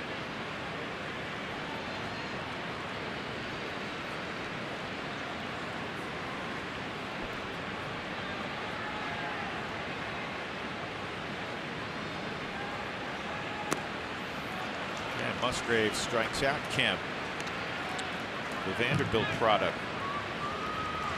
Fans buy a Rockies ticket plan to guarantee a chance at 2018 postseason tickets. Plans start at just 10 games.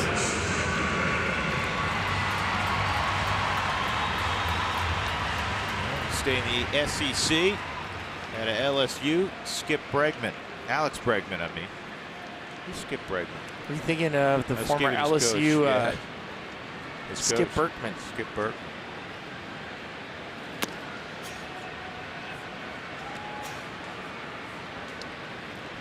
Double sac fly and a fly ball to right tonight by Bregman.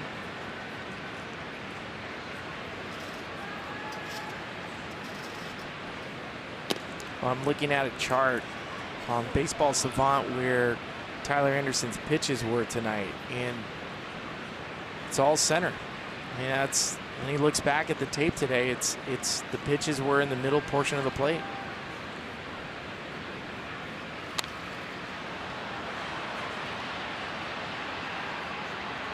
You have to have great stuff to be able to populate the middle of the plate with pitches and live to tell about it. Or you have to have your changeup working tonight, and the changeup wasn't working for Tyler. Down the right field line, and Desi almost made a great play. And that's, Ian has told me before, that's his favorite play as an infielder, to try to make the over-the-shoulder grab. As a shortstop, he loved it. Don't forget, he was an all-star center fielder with Texas prior to signing with the Rockies.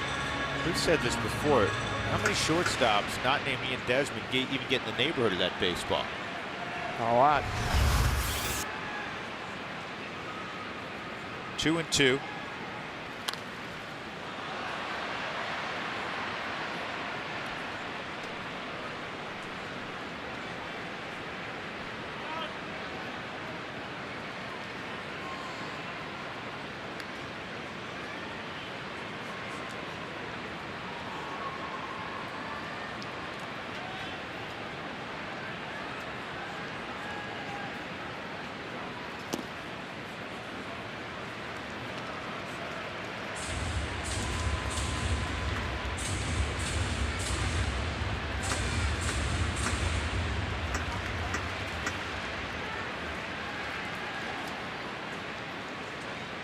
Three and 2 on Alex Bregman.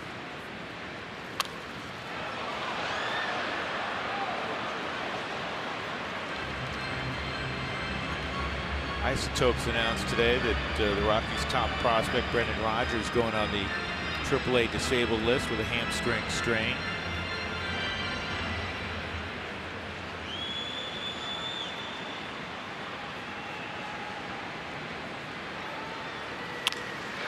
Line drive, and it's caught out there by Dahl. 2 gone. That'll bring up Gonzalez. That last line drive is a great example of how shallow it is in left field, with the Crawford boxes being right behind David Dahl, because that's typically a hit. So as much as we talk about the Crawford boxes giving up home runs, this is a short line drive. And because David has to play shallow, because there's not so much space back there, he could take away a base hit. Let's see if it comes up. That's probably 95 to 100 miles an hour off the bat, with a launch angle in the 18, 16 range, which more than half the time is a hit. It's 101 miles an hour off the bat, 14-degree launch angle. It's a 68% of the time a hit. There you go.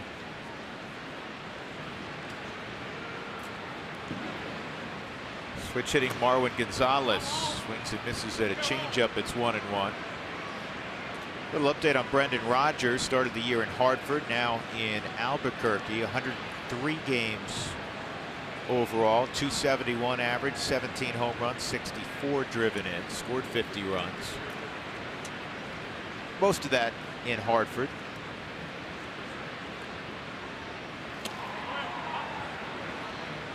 I want to go back to some hit probability numbers for you tonight. The last one, Alec Bregman, typically that's a hit. It's almost 70% of the time. Evan Gattis with the opposite field home run. He's hit at 99 miles an hour off the bat, 37-degree launch angle, which is basically a fly ball. 27% hit probability. Good pickup by DJ. And it's a 1-2-3 6th inning for Harrison Musgrave. We'll go to the 7th, 10-1 Houston.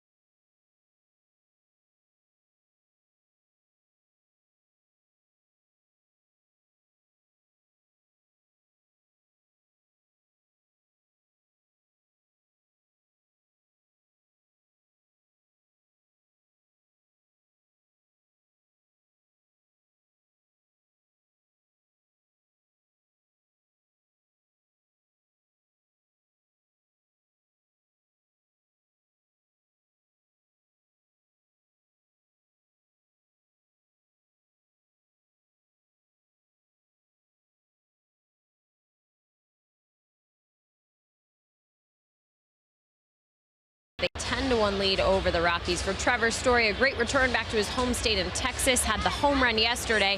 And even though he grew up in Irving, far away from Houston, last year during Hurricane Harvey, he felt the need to give back. And I asked him today how special it was to return to this city and see the money they raise help this community. To be able to help in any kind of way, and it was hard for us to give our time at the time, obviously because the season was going on, and so we just felt like, being from Texas, we're a very prideful state, and we felt like we needed to help out. So just doing anything we can, and all that money helped a lot, I think, and we got it in the right hands. So it was pretty cool. Well, Chad Bettis, also being from Texas, joined Trevor's efforts, and I was talking to him about their collaboration last year and wanting to reach out and have fans donate money to people and victims here of the hurricane. And Chad said, really, it was all Trevor.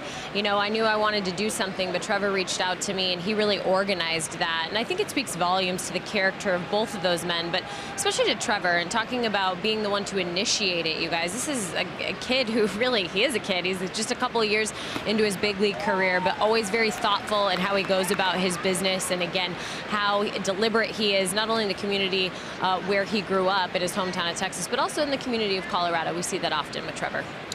Well, he's raised right, and I think it's a great point that Jenny makes.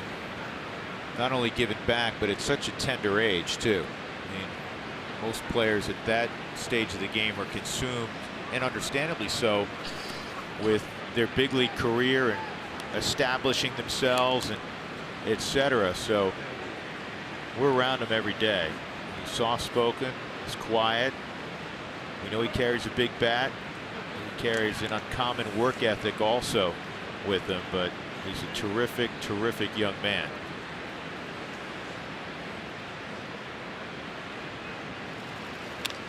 This is fouled off, and I know his parents are exceptionally proud of him.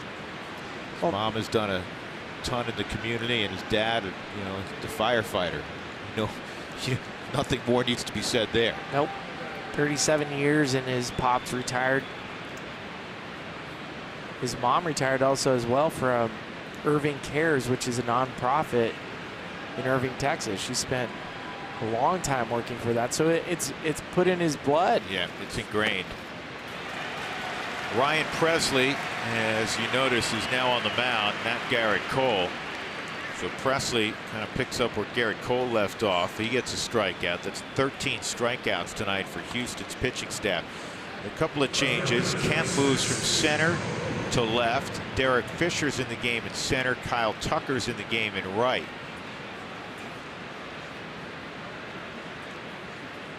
Fisher will hit in the 2 spot in the lineup. Tucker in the 6th spot. Oh, what a play by an Astros fan. This was a screamer into the crowd, and this is why you bring a glove. He has a good t-shirt too. The pregnant bunch. Isn't that great? He made a great line drive stab. Much better than said broadcaster clanking a foul ball the other day. Has anybody worn you out on that other than us? Oh, I've been worn out. My daughter, first thing she said to me, she said, "Good morning, pal. Daddy, how did you drop a foul ball?" And I fake cried, and she said, "Don't fake cry again, Dad." She called you out on that too, didn't she? Right.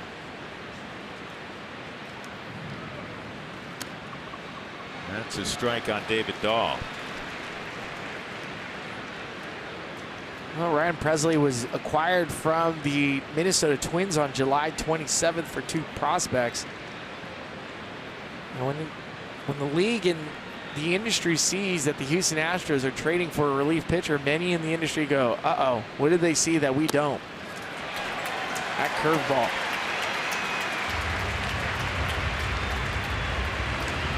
Is that hard curveball on the Subaru Supermo? Presley now has struck out 76 batters. About 54 innings. That is a filthy off-speed pitch down and into a lefty.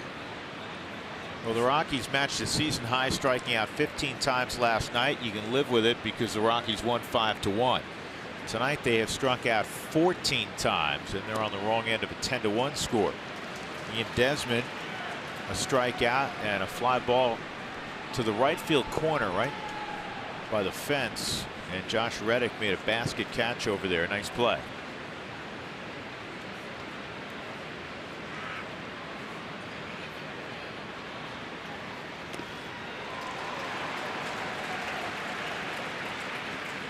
Big curveball and a big fastball. He fits right in.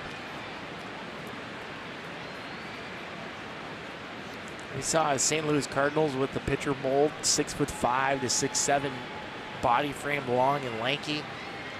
Houston Astros go for a little bit more compact, but for velocity and curveball. 1-2.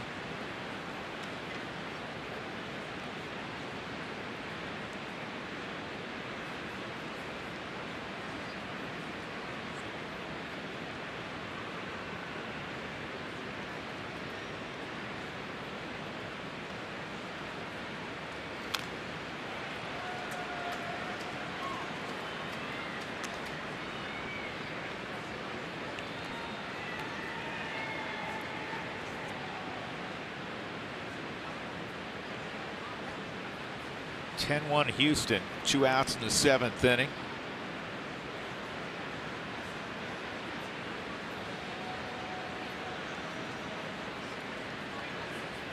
Crowd of 29,967 at Minute Maid tonight, and Presley has struck out the side. That's 5 hitters in a row for the Rockies that have gone down on strikes.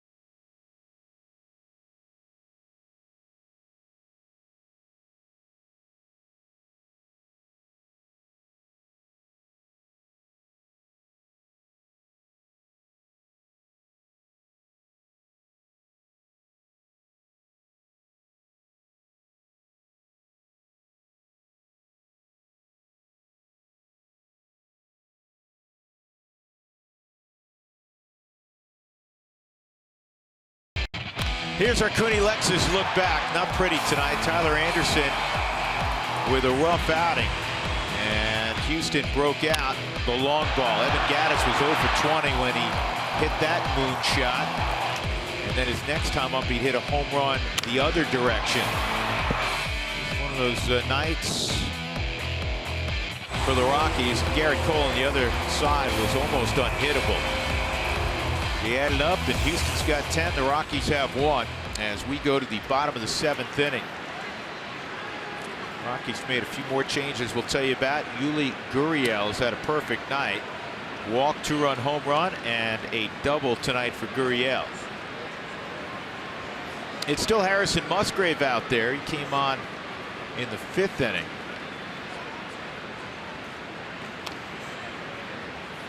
Rockies have a new shortstop. Pat Valleca's in at short. And this is interesting. Dougie, has Tony Walters played left field before? He's out there right now. Cargo's come out of the game. David Dahl's gone to right. And the ball's going to find you, right? Tony's an athlete. Whose glove does he have? Because that's not one of his. Let's see. Let's see if we can read the name. Is that Desi? Did steal? Is that? It could be his. It looks like a TW on it. That's a 20 on there. That's Desi's. That's Desi's glove. He's never been in the outfield as a professional player, period. When we say professional, we're talking about when he was in the minor leagues as well. And he's got Desi's glove. Now he's got, you know, his middle infield glove. I'm sure he's got a couple of 11.5-inch gloves. He takes ground balls every day. Again, he was a middle infielder when he was drafted in the 3rd round. And I can live, California. I can live with that more than I can live with position players pitching. Well, Buddy, you know, Buddy is loath to do that. I mean, it would have to be dire circumstances. So, you know, all the raids this year is, oh, you're in a blowout. We'll throw the shortstop or the left fielder. Buddy, not a fan of that.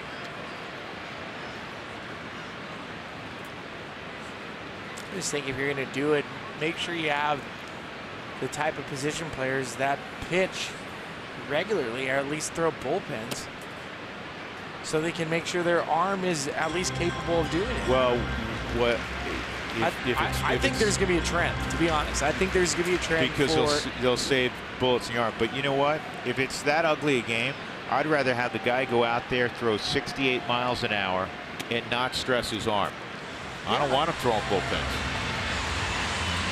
There's a walk to Correa.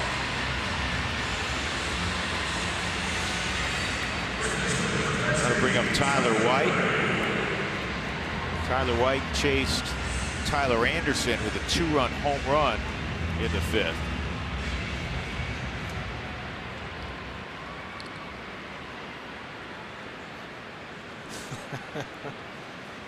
No, this is not a drill.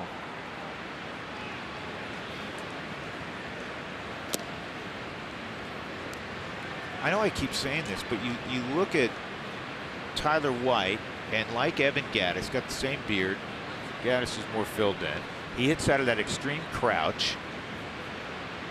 He's about 4 inches shorter, but it's the same body otherwise, right?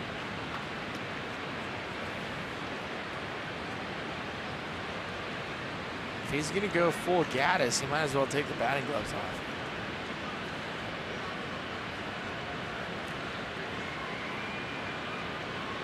There's the bouncer. This ball's crushed again by White. And another 2-run home run for Tyler White. So he has a 4 RBI ball game.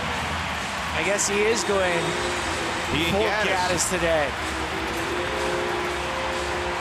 Both Gaddis and White now with 2 homers apiece.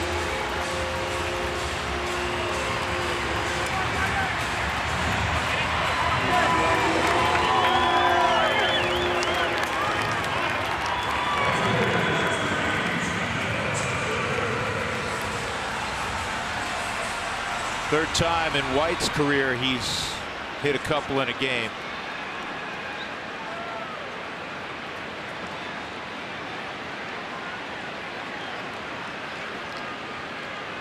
First at bat for Kyle Tucker. Tucker started last night. He didn't have any fun with German Marquez. 0 for 2 and a walk. Boy, German was great. We hadn't had an opportunity really to follow up since before first pitch. I think my favorite moment last night was when Buddy went out in the 7th inning, when there was a little traffic out there, and they had, you know, a conversation. And I think Buddy appealed to that great competitive spirit that we've witnessed from German. And there was 1 out at the time. 2 pitches later, the Rockies are walking off the field. Marquez gives up just 1 run last night. And he outdueled Justin Verlander. This is going to be a base hit. Good job by Desmond just to get some leather on that rocket.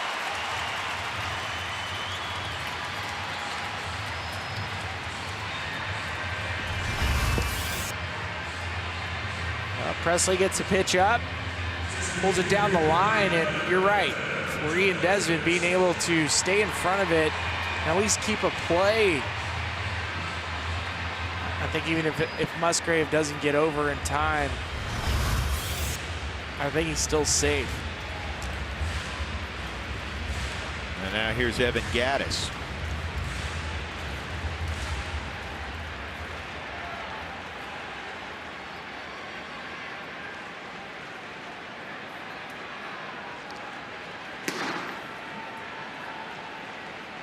Here's Chris Russin.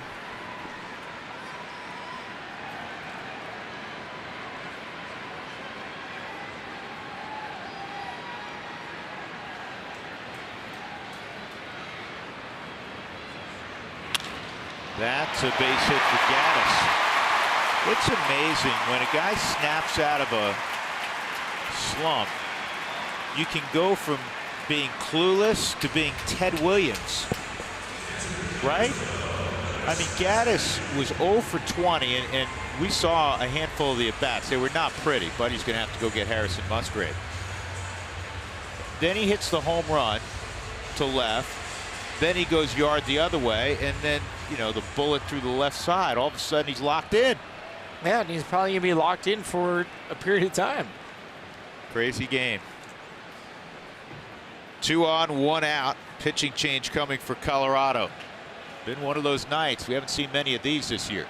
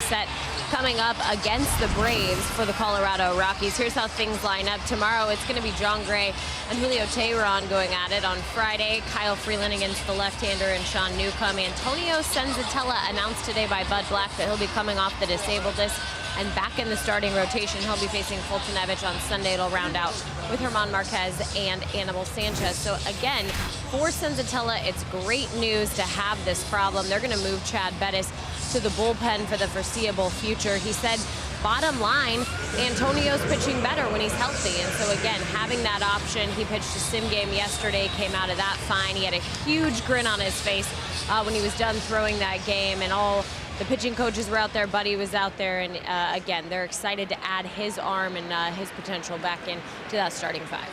And Channing Chad will handle it right because he handles everything right, as Chris Russin steps onto a big league mound for the first time since July the 22nd. One more note about Senzatella replacing Chad right now in the rotation. Stassi, a little foul ball up the line. How many times, I'll go back to when you were playing for the Rockies, Billy, and you know the Rockies' history very well. How many times in this club's now 26 years has there been a situation where you could take a guy out of the rotation who's coming off a gem like Chad just threw because you had somebody you feel is pitching better? I can't think of it. I mean, it just doesn't happen that often. It just speaks to the depth now that the Rockies have in their rotation.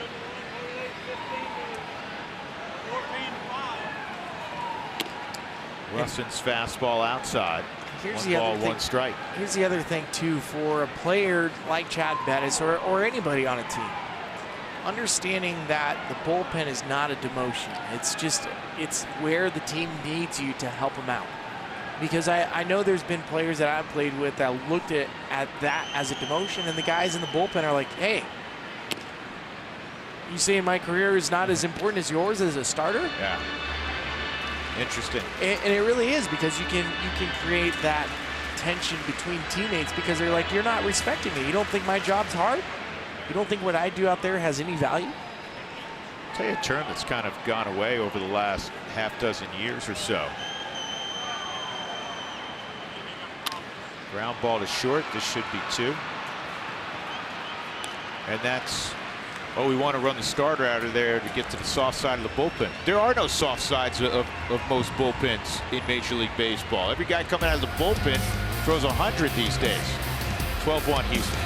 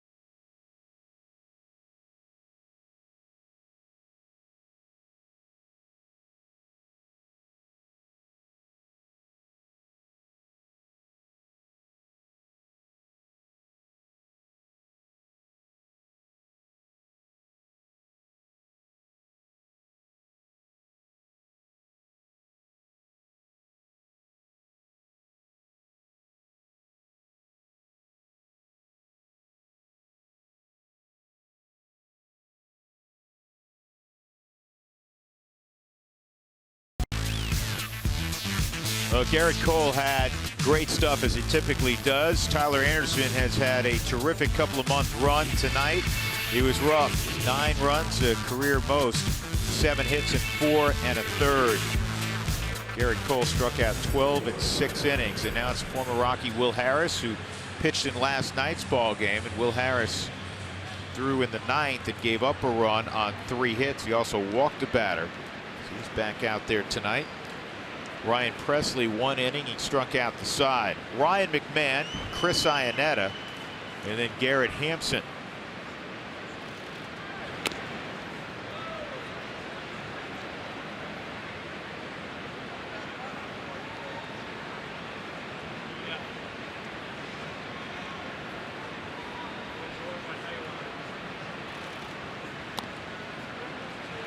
In there, 1 ball, 1 strike. McMahon, a couple of strikeouts tonight.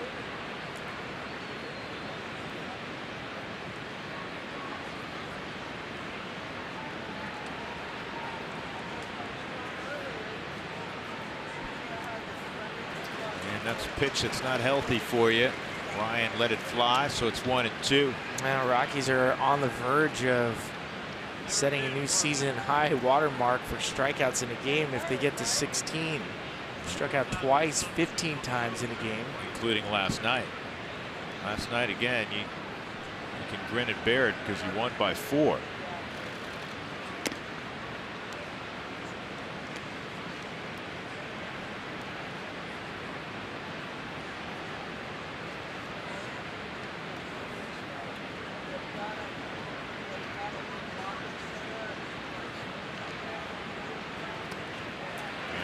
That is number 16. That is also 6 in a row. 6 guys in a row have struck out. Drop off any new or gently used children's book at your neighborhood UPS store and receive 2 complimentary Rockies tickets to a select game in September. That's a good deal.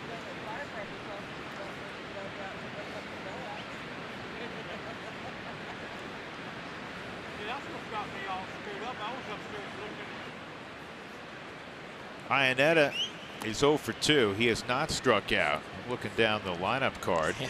He's the only guy in the Rockies lineup tonight not to have struck out at least once. Fly ball to right and a ground ball to third tonight for Chris.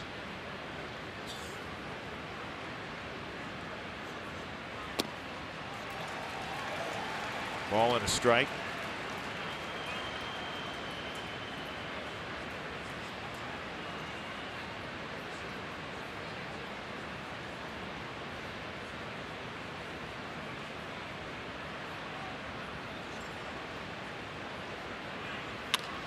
Pulled to third. And Bregman throws across the diamond, 2 outs.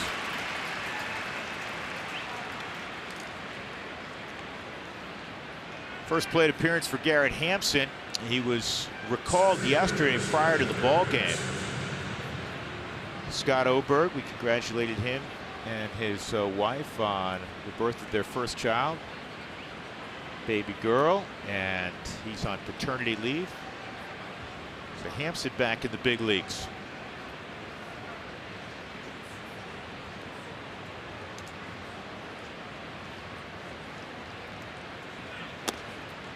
He's hitting above 300 down in AAA. Displaying some power down there as well. Every place this guy's gone, he just steals a boatload of bases. Playing center field tonight. Came in for Charlie.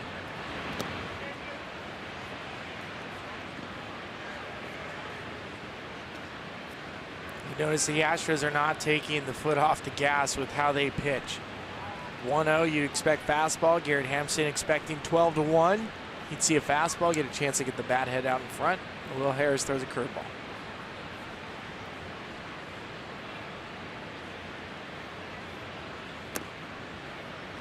Good take.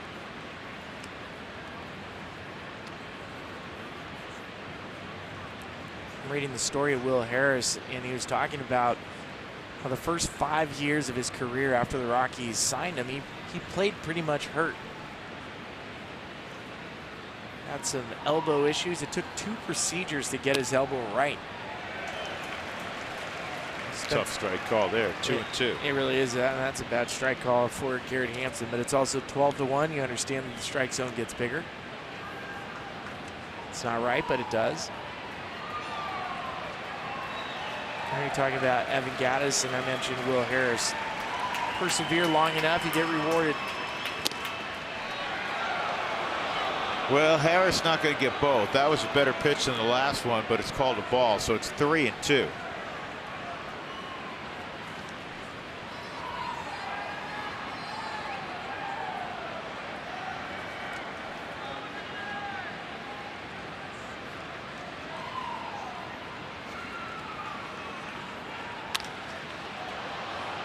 In the air, right center field, pretty well hit.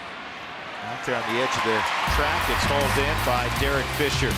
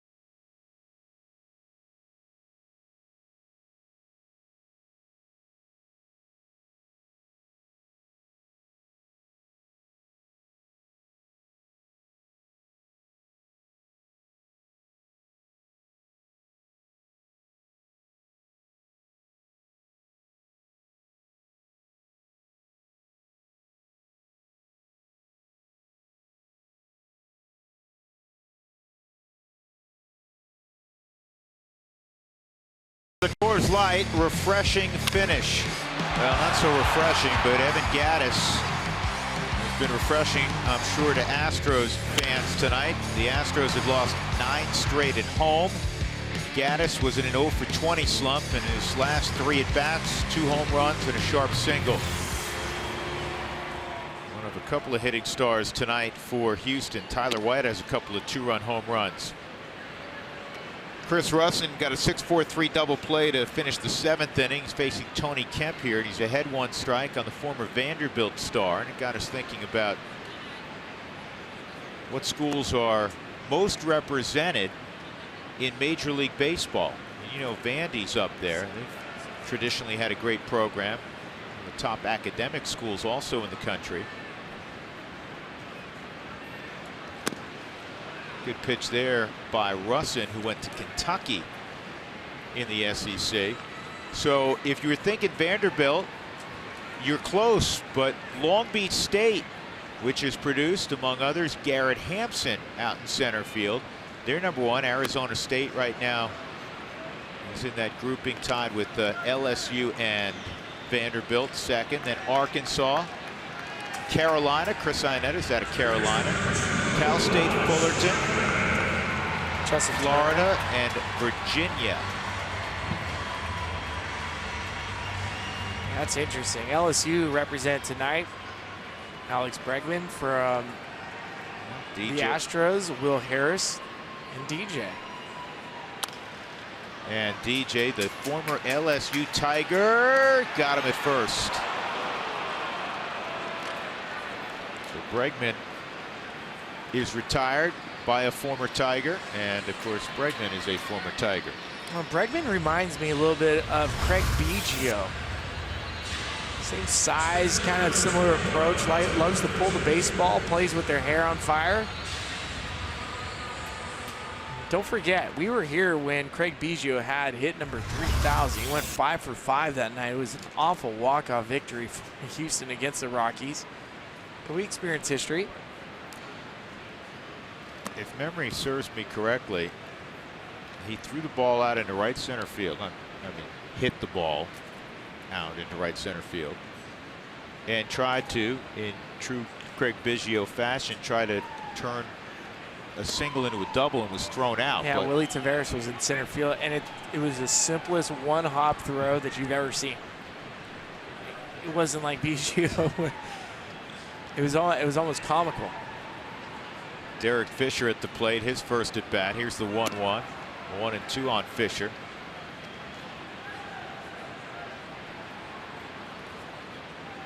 The game was stopped for like 15 minutes. Jeff Bagwell was here just in case his close friend had broken the record, and Biggio made him come down out of a suite onto the field to join in on the celebration. He would not allow him in. Bagwell wanted the moment just to be Biggio. Still ranks as my favorite moment.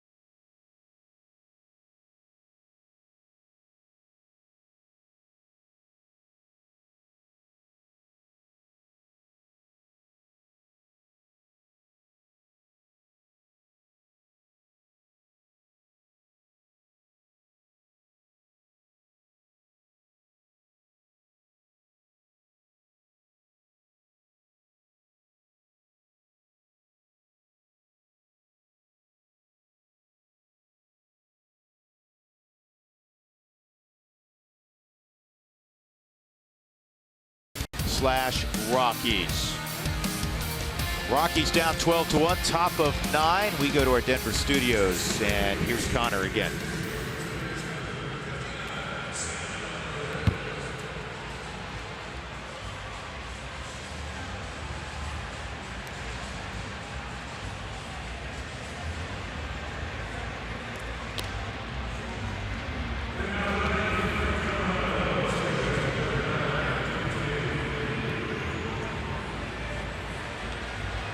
All right, boys, thanks very much. Astros have ruined Jeff Houston's birthday, and we apologize. DJ LeMahieu is going to lead it off. CNL Perez is going to handle the 9th inning for A.J. Hinch.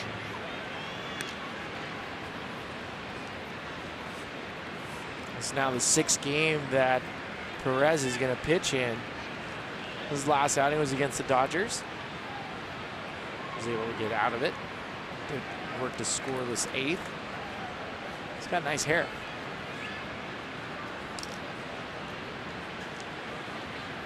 Yeah. Good for CNL. Check out his hairdo. I think you look amazing. Let's see.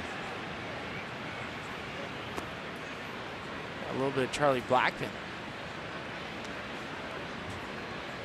Yeah, that's nice. What do you think, Drew? I don't think that's me. This is funny, I'm telling you. And the Rockies are this way. Every team, they roll guys out throwing 96, 97. This guy on the left side pumping 95, 96. 2-1. Perez is from Cuba. Left Cuba when he was 19 years old.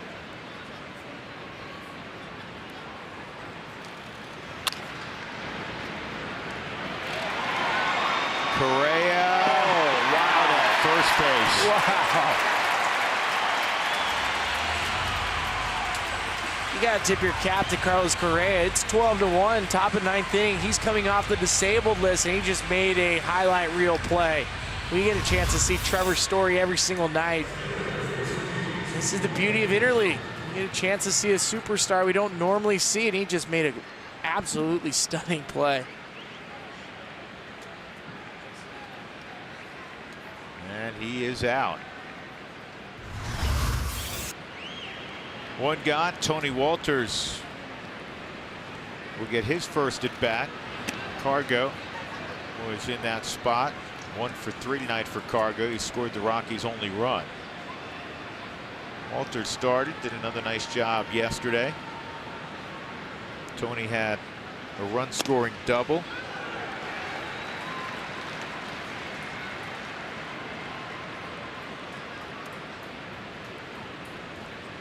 His first big league action, first professional action in the outfield. Caught a fly ball in left field 2 innings ago.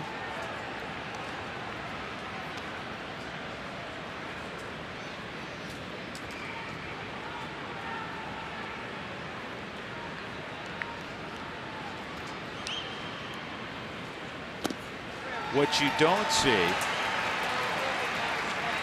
in baseball very frequently is a guy, with all due respect to someone like yourself, and you were an infielder when you were in high school, go from the outfield to the infield, because that's almost unfair to a guy that has not played on the dirt in a long time. Oh! This is a hot shot by Tony, and Correa makes another special play. Oh my goodness. Drew, he did this behind his back. And it's been that kind of night for the Astros. Come on. That's a circus play.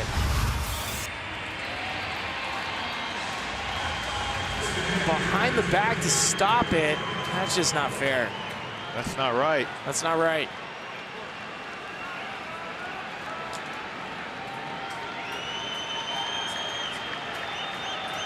CNL's got a great view of the show. 2 outs, Nolan at the plate.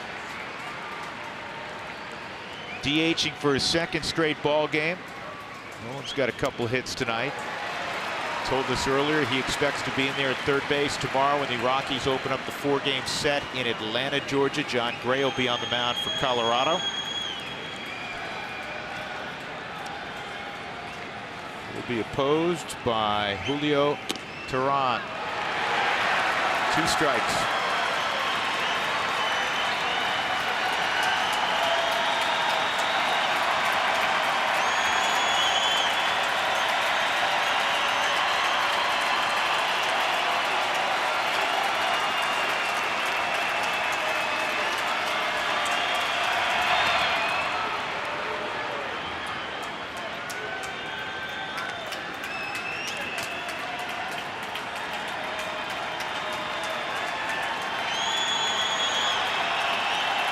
One ball, 2 strikes on Nolan.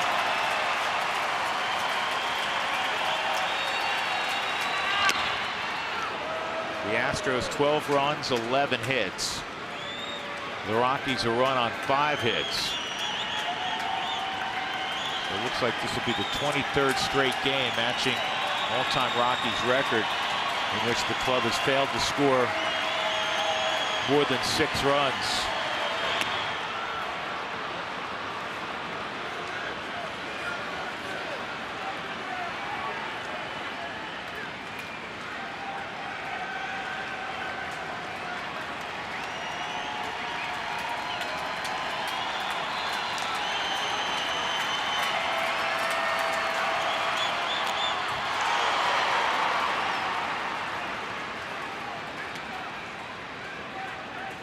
Well, Houston will have tomorrow off, and they embark on a very important trip. They'll go west for 9 games, and they're going to see initially Oakland, their closest pursuer, then Seattle, then the Angels. Who Wants Tacos? Fans, follow us at AT&T Sportsnet RM on Twitter to receive alerts for the Rockies Taco Special. And the Rockies score 7 or more in a game. It's coming. tomorrow. Hopefully in Atlanta, Georgia.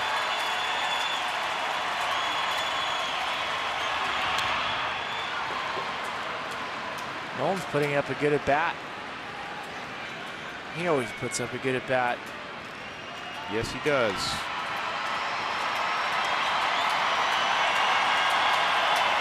And Perez has been known to change arm angles. The Cuban-born, we haven't seen him change arm angles yet.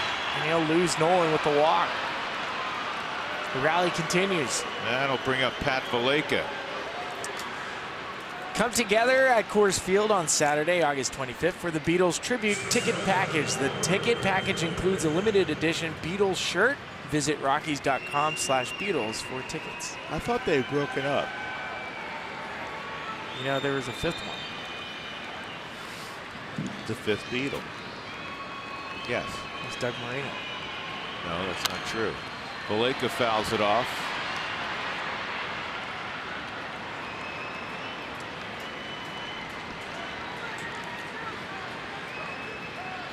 Pat last night, 1 for 3, started at third base.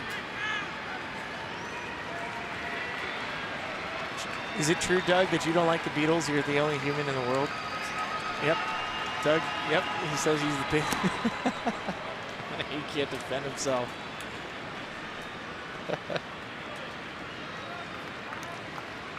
I know that's not true because I've seen video of Doug sitting at the piano with his eldest child, Elizabeth, singing Beatles songs.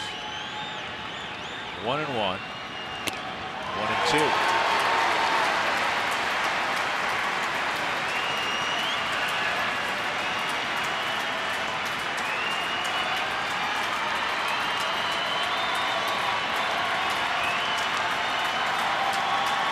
Rockies going to Atlanta. See the Braves for the first time since the first week of the season. The Braves opened up Coors Field this year. Strike 3, and that's the ball game. Garrett Cole gets the victory. He was dominant. He's now 11-5. Tyler Anderson had a rough outing. He drops to 6-5, and the Astros snapped their 9-game losing streak at home. They improved to 74-47. The Rockies have their